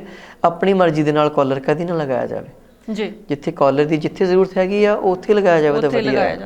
ਠੀਕ ਹੈ। ਜਦੋਂ ਤੁਸੀਂ ਕਿਤੇ ਸਫ਼ਰ ਕਰਨਾ ਆ, ਡਰਾਈਵ ਕਰਨੀ ਆ, ਉਸ ਵੇਲੇ ਕਾਲਰ ਲਗਾਓ। ਅਦਰਵਾਈਜ਼ ਤੁਸੀਂ ਘਰ ਰੈਸਟਿੰਗ ਪੋਜੀਸ਼ਨ 'ਚ ਹੈਗੇ ਆ ਤੇ ਕਾਲਰ ਲਾਉਣ ਦੀ ਕੋਈ ਜ਼ਰੂਰਤ ਨਹੀਂ। ਬਿਲਕੁਲ ਤੁਸੀਂ ਠੀਕ ਕਹਿ ਰਹੇ ਹੋ ਡਾਕਟਰ ਸਾਹਿਬ। ਕਈ ਵਾਰੀ ਸਾਈਕੋਲੋਜੀਕਲ ਵੀ ਬੰਦਾ ਇਹ ਸੋਚ ਲੈਂਦਾ ਕਿ ਮੇਰਾ ਇਹਦੇ ਬਿਨਾਂ ਸਰਨਾ ਹੀ ਨਹੀਂ, ਆਦਤ ਪੈ ਜਾਂਦੀ ਉਸ ਚੀਜ਼ ਦੀ। ਤੇ ਜਿਹੜੇ ਕਾਲਰ ਲਗਾਉਣਾ ਸ਼ੁਰੂ ਕਰਦੇ ਨੇ ਉਹ ਫਿਰ ਕਾਫੀ ਦੇਰ ਤੱਕ ਉਹਨੂੰ ਲਗਾ ਕੇ ਹੀ ਰੱਖਦੇ ਨੇ ਤੇ ਇੱਕ ਆਦਤ ਬਣ ਜਾਂਦੀ ਹੈ ਤੇ ਉਹਦੇ ਤੋਂ ਫਿਰ ਪਿੱਛੇ ਹੋਣਾ ਬੜਾ ਔਖਾ ਹੋ ਜਾਂਦਾ। ਬਿਲਕੁਲ। ਸੋ ਆਪਣੇ ਥੈਰੇਪਿਸਟ ਨਾਲ ਕੰਸਲਟ ਕਰੋ, ਉਹਨਾਂ ਤੋਂ ਐਕਸਰਸਾਈਜ਼ ਸਿੱਖੋ। ਕਿਹੜੀਆਂ ਐਕਸਰਸਾਈਜ਼ ਆ ਤੁਹਾਨੂੰ ਦੱਸਣਗੇ ਕਿ ਨੈਕ ਨੂੰ ਸਟਰੈਂਥਨ ਕਰਨ ਵਾਸਤੇ ਕਿਹੜੀਆਂ ਕਸਰਤਾਂ ਆ ਤੇ ਉਹਨਾਂ ਦੇ ਸੁਜੈਸ਼ਨ ਦੇ ਨਾਲ ਹੀ ਕਾਲਰ ਲਗਾਓ। ਬਿਲਕੁਲ ਠੀਕ ਹੈ। ਤੇ ਡਾਕਟਰ ਸਾਹਿਬ ਇਹ ਵੀ ਇੱਕ ਗੱਲ ਇੱਥੇ ਕਰਨੀ ਬਣਦੀ ਹੈ ਕਿ ਆਮ ਅਸੀਂ ਦੇਖਿਆ ਕਿ ਕਈ ਵਾਰ ਐਕਸੀਡੈਂਟ ਦਾ ਸ਼ਿਕਾਰ ਹੋ ਜਾਂਦੇ ਨੇ ਕਈ ਲੋਕ ਤੇ ਉਹਦੇ ਨਾਲ ਫ੍ਰੈਕਚਰ ਹੋ ਜਾਂਦਾ ਹੈ। ਫ੍ਰੈਕਚਰ ਦੀ ਜਿਹੜੀ ਇੱਕ ਮਿਆਦ ਹੁੰਦੀ ਹੈ ਪਲਾਸਟਰ ਲੱਗਿਆ ਹੈ ਹੁਣ ਕੋਈ 40 ਦਿਨ ਜਾਂ 45 ਦਿਨ 2 ਮਹੀਨੇ ਜਿੰਨੀ ਦੇਰ ਵੀ ਡਾਕਟਰ ਸਾਹਿਬ ਨੇ ਕਿਹਾ ਹੈ, ਉਸ ਤੋਂ ਬਾਅਦ ਕੀ ਹੁੰਦਾ ਹੈ ਕਿ ਜਿੱਥੇ ਉਹ ਪਲਾਸਟਰ ਲਗਾਇਆ ਗਿਆ ਉਹ ਫਰੀਜ਼ ਜਿਹਾ ਹੋ ਜਾਂਦਾ ਏਰੀਆ ਤੇ ਉਹਦੇ ਵਿੱਚ ਫਿਜ਼ੀਓਥੈਰੇਪੀ ਜਿਹੜੀ ਹੈ ਉਹ ਕਿੱਦਾਂ ਮਦਦ ਕਰਦੀ ਹੈ ਤੇ ਕਿਹੜੀ ਥੈਰੇਪੀ ਯੂਜ਼ ਕੀਤੀ ਜਾਂਦੀ ਹੈ? ਦੇਖੋ ਜਦੋਂ ਵੀ ਮੋਸਟ ਪ੍ਰੋਬਬਲੀ ਜਿਹੜੇ ਜੋੜ ਹੁੰਦੇ ਨਾ, ਜਦੋਂ ਉਹਨਾਂ ਤੇ ਕੋਈ ਸੱਟ ਲੱਗਦੀ ਆ ਉਸ ਤੋਂ ਉੱਤੇ ਪਲਾਸਟਰ ਹੋਵੇ ਜਾਂ ਵਾਇਰਿੰਗ ਹੋਵੇ ਜਾਂ ਕੁਝ ਵੀ ਇੰਪਲਾਂਟ ਪਿਆ ਹੋਵੇ, ਉਹ ਜਦੋਂ ਨੀਲਿੰਗ ਕੱਢਦੇ ਆ ਜਾਂ ਵਾਇਰਿੰਗ ਕੱਢਦੇ ਆ ਜਾਂ ਪਲਾਸਟਰ ਰਿਮੂਵ ਕਰਦੇ ਆ, ਕਾਫੀ ਟਾਈਮ ਬੰਦਾ ਮਹੀਨਾ ਡੇਢ ਮਹੀਨਾ ਇਮੋਬਿਲਾਈਜ਼ ਰੱਖਦਾ ਉਸ ਜੋੜ ਨੂੰ। ਉਹ ਜੋੜ ਨੂੰ ਚਲਾਉਂਦਾ ਨਹੀਂ, ਉਹ ਨਾ ਚਲਾਉਣ ਕਰਕੇ ਜੋੜ ਜਾਮ ਹੋ ਜਾਂਦਾ ਹੈ। ਉਹ ਚਲਾਉਣ ਲਈ ਪੇਸ਼ੈਂਟ ਪੇਨਫੁਲ ਪ੍ਰੋਸੈਸ ਹੁੰਦਾ ਹੈ, ਪੇਸ਼ੈਂਟ ਆਪ ਤਾਂ ਕਰ ਨਹੀਂ ਸਕਦਾ, ਫੈਮਿਲੀ ਨੂੰ ਹੱਥ ਨਹੀਂ ਲਗਾਉਣ ਦਿੰਦਾ, ਤੇ ਫੈਮਿਲੀ ਵੀ ਥੋੜੀ ਸਾਈਕੋਲੋਜੀਕਲੀ ਅਟੈਚ ਹੁੰਦੀ ਕਿ ਨਹੀਂ ਹਾਂ ਦਰਦ ਹੋ ਗਿਆ ਆਪਾਂ ਕਰ ਨਹੀਂ ਸਕਦੇ, ਨੌਲੇਜ ਵੀ ਨਹੀਂ ਹੁੰਦੀ। ਤੇ ਉਹਦੇ ਵਿੱਚ ਫਿਜ਼ੀਓਥੈਰੇਪਿਸਟ ਕੋਲ ਜਾਣਾ ਬਹੁਤ ਜ਼ਰੂਰੀ ਆ। ਘੱਟੋ ਘੱਟ 2-3 ਹਫ਼ਤੇ ਲੱਗਦੇ ਆ ਕਿਸੇ ਵੀ ਜੋੜ ਨੂੰ ਮੋਬਿਲਾਈਜ਼ ਕਰਨ ਵਾਸਤੇ। ਉਹਦੇ ਵਿੱਚ ਥੈਰੇਪਿਸਟ ਨੇ ਦੇਖਣਾ ਹੁੰਦਾ ਕਿਹੜਾ ਮਸਲ ਟਾਈਟ ਆ, ਕਿਹੜਾ ਜੋੜ ਫਰੀਜ਼ ਆ। ਉਹ ਸਾਡੀਆਂ ਟੈਕਨੀਕਸ ਹੁੰਦੀਆਂ ਜੁਆਇੰਟ ਮੋਬਿਲਾਈਜੇਸ਼ਨ ਜਾਂ ਸੌਫਟ ਟਿਸ਼ੂ ਰਿਲੀਜ਼ ਕਰਕੇ ਹੌਟ ਪੈਕ ਦੇ ਕੇ ਉਹ ਫਿਰ ਜਿਹੜੇ ਮੂਵਮੈਂਟਸ ਏਡੀਅਲਸ ਜਿਹੜੀਆਂ activities of daily living patient ਨੂੰ ਕਰਾਉਣਾ ਸਟਾਰਟ ਕਰਦੇ ਆ। ਹੌਲੀ ਹੌਲੀ ਜਿਹੜਾ ਤੁਹਾਡਾ ਜੋੜ ਚੱਲਣਾ ਸ਼ੁਰੂ ਹੋ ਜਾਂਦਾ ਆ। ਤੇ ਇਹਦੇ ਵਿੱਚ ਕੋਈ ਦੋ ਰਾਏ ਨਹੀਂ ਹੈ ਕਿ ਫਿਜ਼ੀਓਥੈਰੇਪੀ ਦੇ ਨਾਲ ਜੋੜ ਨਹੀਂ ਚੱਲਣਾ, ਜੋੜ ਚੱਲਣਾ ਹੀ ਚੱਲਣਾ ਹੈ, ਚੱਲਣਾ ਹੀ ਚੱਲਣਾ। ਤੇ ਇਦਾਂ ਵੀ ਹੁੰਦਾ ਹੈ ਕਿ ਜੇ ਗਰਮੀ ਮਤਲਬ ਮੌਸਮ ਦਾ ਵੀ ਇਹਦੇ ਤੇ ਅਸਰ ਹੁੰਦਾ ਕਿ ਗਰਮੀ ਦੇ ਵਿੱਚ ਰਿਕਵਰੀ ਜਲਦੀ ਹੈ ਤੇ ਸਰਦੀ ਦੇ ਵਿੱਚ ਜਿੱਦਾਂ ਆਮ ਤੌਰ ਤੇ ਕਹਿੰਦੇ ਕਿ ਕਿਉਂਕਿ ਗਰਮੀ ਦੇ ਵਿੱਚ ਜਿਹੜੀਆਂ ਆਪਣੀਆਂ ਬਲੱਡ ਵੈਸਲਸ ਆ ਵੈਸੋ ਡਾਇਲੇਟ ਹੋਈਆਂ ਹੁੰਦੀਆਂ ਆ ਤੇ ਮਸਲਸ ਵੀ ਡਾਇਲੇਟ ਹੋਏ ਹੁੰਦੇ ਤੇ ਖੂਨ ਦਾ ਜਿਹੜਾ ਦੌਰਾ ਹੁੰਦਾ ਆ ਤੁਹਾਡੇ ਮਾਸਪੇਸ਼ੀਆਂ ਨੂੰ, ਤੁਹਾਡੇ ਜੋੜਾਂ ਨੂੰ, ਉਹ ਬਹੁਤ ਅੱਛਾ ਹੁੰਦਾ ਆ। ਤੇ ਜਦੋਂ ਸਿਆਲ ਆ ਜਾਂਦੇ ਆ, ਜੇ ਤੁਹਾਡੇ ਮਸਲਸ ਆ ਥੋੜੇ ਟਾਈਟ ਹੋਣੇ ਸ਼ੁਰੂ ਹੋ ਜਾਂਦੇ ਆ, ਬਲੱਡ ਵੈਸਲਸ ਵੀ ਟਾਈਟ ਹੋਣੇ ਸ਼ੁਰੂ ਹੋ ਜਾਂਦੇ, ਜਿੰਨਾ ਕਿ ਖੂਨ ਦਾ ਦੌਰਾ ਵੀ ਪ੍ਰੋਪਰ ਨਹੀਂ ਹੁੰਦਾ। ਤੇ ਇਸ ਕਰਕੇ ਗਰਮੀਆਂ ਨੂੰ ਜੋੜਾਂ ਦੀ ਜਿਹੜੀ ਤਕਲੀਫ ਆ ਘੱਟ ਹੁੰਦੀ ਆ ਜਾਂ ਰਿਕਵਰੀ ਛੇਤੀ ਹੁੰਦੀ ਆ ਐਜ਼ ਕੰਪੈਰੇਟਿਵ ਟੂ ਸਿਆਲ। ਬਿਲਕੁਲ ਠੀਕ ਗੱਲ ਹੈ, ਕਿਉਂਕਿ ਆਮ ਤੌਰ ਤੇ ਇਹ ਵੀ ਕਈ ਵਾਰੀ ਕਹਿ ਦਿੱਤਾ ਜਾਂਦਾ ਨਾ ਕਿ ਜਿਹੜੀ ਦਰਦ ਗਰਮੀਆਂ ਦੇ ਵਿੱਚ ਨਹੀਂ ਨਿਕਲ ਰਹੀ, ਨਹੀਂ ਅਸਰ ਕਰ ਰਹੀ, ਉਹਨੇ ਸਰਦੀਆਂ ਦੇ ਵਿੱਚ ਜ਼ਿਆਦਾ ਜਿਹੜਾ ਰੰਗ ਦਿਖਾਉਣਾ, ਜ਼ਿਆਦਾ ਦੁੱਖ ਦੇਣਾ। ਤੇ ਮੌਸਮ ਦਾ ਵੀ ਇਹਦਾ ਮਤਲਬ ਪੂਰਾ ਇਫੈਕਟ ਜਿਹੜਾ ਹੈ ਉਹ ਪੈਂਦਾ ਹੈ। ਇਹਦੇ ਨਾਲ ਹੀ ਡਾਕਟਰ ਸਾਹਿਬ ਇੱਕ ਹੋਰ ਜਿਹੜੀ ਪ੍ਰੋਬਲਮ ਹੈ ਡਿਸਕ ਦਾ ਹਿਲ ਜਾਣਾ ਹੈ ਨਾ, ਡਿਸਕ ਪ੍ਰੋਬਲਮ ਜਿਹੜੀ ਹੈ ਉਹ ਵੀ ਕਾਫੀ ਮਰੀਜ਼ ਤੁਹਾਡੇ ਕੋਲ ਆਉਂਦੇ ਹੋਣਗੇ। ਕਈ ਵਾਰੀ ਐਕਸੀਡੈਂਟਲੀ ਹੋ ਜਾਂਦਾ ਹੈ ਜਾਂ ਕੋਈ ਵੀ ਕਾਰਨ ਜਿਹੜਾ ਡਿਸਕ ਹਿਲਣ ਦਾ ਹੋ ਸਕਦਾ, ਤੇ ਉਹਨਾਂ ਦਾ ਕਿਸ ਤਰ੍ਹਾਂ ਫਿਰ ਟ੍ਰੀਟਮੈਂਟ ਕੀਤਾ ਜਾਂਦਾ? ਸਭ ਤੋਂ ਪਹਿਲਾਂ ਦੱਸੂਗਾ ਡਿਸਕ ਚੀਜ਼ ਕੀ ਆ। ਆਪਣੇ ਜਿੰਨੇ ਵੀ ਵਰਟੀਬਰਾਸ ਆ ਬਾਡੀ 'ਚ ਮਣਕੇ ਆ, ਧੌਣ ਤੋਂ ਲੈ ਕੇ ਲੱਕ ਤੱਕ ਬਾਡੀ ਨੂੰ ਜਿਹੜੇ ਮੋਬਿਲਿਟੀ ਪ੍ਰੋਵਾਈਡ ਕਰਦੇ ਆ। 7 ਮਣਕੇ ਧੌਣ ਦੇ ਹੁੰਦੇ ਆ, 12 ਮਣਕੇ ਫਿਰ ਥਰੈਸਿਕ ਦੇ ਹੁੰਦੇ ਆ। ਸਰਵਾਈਕਲ ਦੀ ਆਪਾਂ ਗੱਲ ਕਰ ਚੁੱਕੇ ਆ, 7 ਮਣਕੇ। ਫਿਰ ਥਰੈਸਿਕ ਆ ਜਾਂਦਾ ਏਰੀਆ, ਉਹਦੇ 12 ਮਣਕੇ ਵਰਟੀਬਰਾਸ। ਉਹ ਤੋਂ ਨੀਚੇ ਦਾ ਲੰਬਰ ਵਰਟੀਬਰਾ, ਉਹਦੇ 5 ਮਣਕੇ ਹੁੰਦੇ ਆ। ਹਰੇਕ ਮਣਕੇ ਦੇ ਵਿੱਚ ਇੱਕ ਜੈਲੀ ਟਾਈਪ ਮਟੀਰੀਅਲ ਹੁੰਦਾ ਹੈ ਜਿਹਨੂੰ ਆਪਾਂ ਡਿਸਕ ਕਹਿੰਦੇ ਆ। ਅੱਛਾ। ਉਹ ਜਿਹੜੀ ਡਿਸਕ ਹੁੰਦੀ ਆ ਉਹ ਜੈਲ ਨਾਲ ਬਣੀ ਹੁੰਦੀ ਆ, ਜਿਹੜੀ ਕਿ ਸ਼ੌਕ ਅਬਜ਼ਰਵਰ ਦਾ ਕੰਮ ਕਰਦੀ ਆ, ਜਿਹੜੀ ਸਾਡੀ ਮੂਵਮੈਂਟਸ ਹੁੰਦੀਆਂ ਆ। ਠੀਕ ਹੈ, ਉਹ ਵਰਟੀਬਰਾ ਤੇ ਦੋਨਾਂ ਦੇ ਵਿੱਚ ਜਿਹੜੀ ਡਿਸਕ ਹੁੰਦੀ ਆ ਉਹ ਜੈਲੀ ਟਾਈਪ ਹੋਣ ਕਰਕੇ ਅੱਗੇ ਪਿੱਛੇ ਮੂਵ ਕਰਦੀ ਆ। ਜਦੋਂ ਵੀ ਕਿਸੇ ਪੇਸ਼ੈਂਟ ਨੂੰ ਉਹ ਵਰਟੀਬਰਾ ਦੇ ਵਿੱਚ ਜਾਂ ਮਣਕਿਆਂ ਦੇ ਵਿੱਚ ਕੰਪਰੈਸ਼ਨ ਪੈ ਜਾਵੇ, ਦਾਬ ਆ ਜਾਵੇ, ਉਹ ਡਿਸਕ ਸਪੇਸ ਘਟ ਜਾਵੇ, ਉਹਦੇ ਨਾਲ ਕੀ ਹੁੰਦਾ ਡਿਸਕ ਜੈਲੀ ਟਾਈਪ ਹੋਣ ਕਰਕੇ ਬਾਹਰ ਨੂੰ ਆ ਜਾਂਦੀ ਆ। ਪੋਸਟੀਰੀਅਰ ਲੇਟਰਲੀ ਮੋਸਟ ਪ੍ਰੋਬਬਲੀ ਜਾਂਦੀ ਹੈ ਇਹ। ਜਦੋਂ ਬਾਹਰ ਨੂੰ ਜਾਂਦੀ ਹੈ ਉੱਥੋਂ ਨਰਵ ਜਾਂਦੀ ਹੈ ਆਪਣੀ, ਉਹ ਜਿਹੜੀ ਨਰਵ ਨੂੰ ਇੰਪਿੰਜ ਜਦੋਂ ਕਰਦੀ ਆ, ਉਹ ਨਰਵ ਸਾਡੀ ਲੱਤਾਂ ਨੂੰ ਸਪਲਾਈ ਹੁੰਦੀ ਹੈ, ਜਿਹਨੂੰ ਆਪਾਂ ਭਾਸ਼ਾ 'ਚ ਛਟਕਾ ਕਹਿ ਦਿੰਦੇ ਆ, ਉਹ ਪੰਜਾਬੀ 'ਚ ਉਹਨੂੰ ਰੀਹ ਕਹਿ ਦਿੰਦੇ ਆ। ਉਹ ਲੱਤ ਵਿੱਚ ਪੂਰੀ 'ਚ ਦਰਦ ਜਾਂਦੀ ਆ। ਅੱਛਾ। ਤੇ ਉਹਨੂੰ ਆਪਾਂ ਛਟਕਾ ਕਹਿ ਦਿੰਦੇ ਆ। ਤੇ ਡਿਸਕ ਦੱਬਣ ਦੇ ਨਾਲ ਹੀ ਛਟਕਾ ਹੁੰਦੀ ਆ। ਤੇ ਇਸ ਕਰਕੇ ਉਹਦਾ ਮੇਨ ਰੀਜ਼ਨ ਹੈਗਾ ਤੁਹਾਡੇ ਮਣਕਿਆਂ 'ਚ ਦਾਬ ਪੈਣਾ। ਬਿਲਕੁਲ ਬਿਲਕੁਲ ਠੀਕ ਹੈ। ਉਹਦਾ ਇਲਾਜ ਜਿਹੜਾ ਫਿਜ਼ੀਓਥੈਰੇਪੀ ਨਾਲ ਹੀ ਸੰਭਵ ਆ। ਬਿਲਕੁਲ। ਆਪਾਂ ਜਿੰਨੀ ਮਰਜ਼ੀ ਦਵਾਈ ਖਾਈਏ, ਦਵਾਈਆਂ ਪੇਨ ਕਿਲਰਸ ਖਾਈ ਜਾਈਏ, ਕੈਲਸ਼ੀਅਮ ਖਾ ਲਈਏ, ਨਰਵ ਸਪਲੀਮੈਂਟਸ ਖਾ ਲਈਏ, ਪਰ ਜਿੰਨਾ ਚਿਰ ਉਹ ਦਾਬ ਨਹੀਂ ਘਟਦੀ, ਜਿੰਨਾ ਚਿਰ ਉਹ ਕੰਪਰੈਸ਼ਨ ਨਹੀਂ ਘਟਦੀ, ਤੇ ਤੁਹਾਡੀ ਦਰਦ ਛਟਕਾ ਦੀ ਰੀਹ ਦੀ ਦਰਦ ਆ ਉਹ ਖਤਮ ਨਹੀਂ ਹੋ ਸਕਦੀ। ਉਹਦੇ ਵਿੱਚ ਫਿਜ਼ੀਓਥੈਰੇਪੀ ਸਭ ਤੋਂ ਬੈਸਟ ਟ੍ਰੀਟਮੈਂਟ ਆ। ਫਿਜ਼ੀਓਥੈਰੇਪੀ ਤੋਂ ਇਲਾਵਾ ਕੋਈ ਟ੍ਰੀਟਮੈਂਟ ਮੇਰੇ ਹਿਸਾਬ ਨਾਲ ਤਾਂ ਨਹੀਂ ਹੈਗਾ।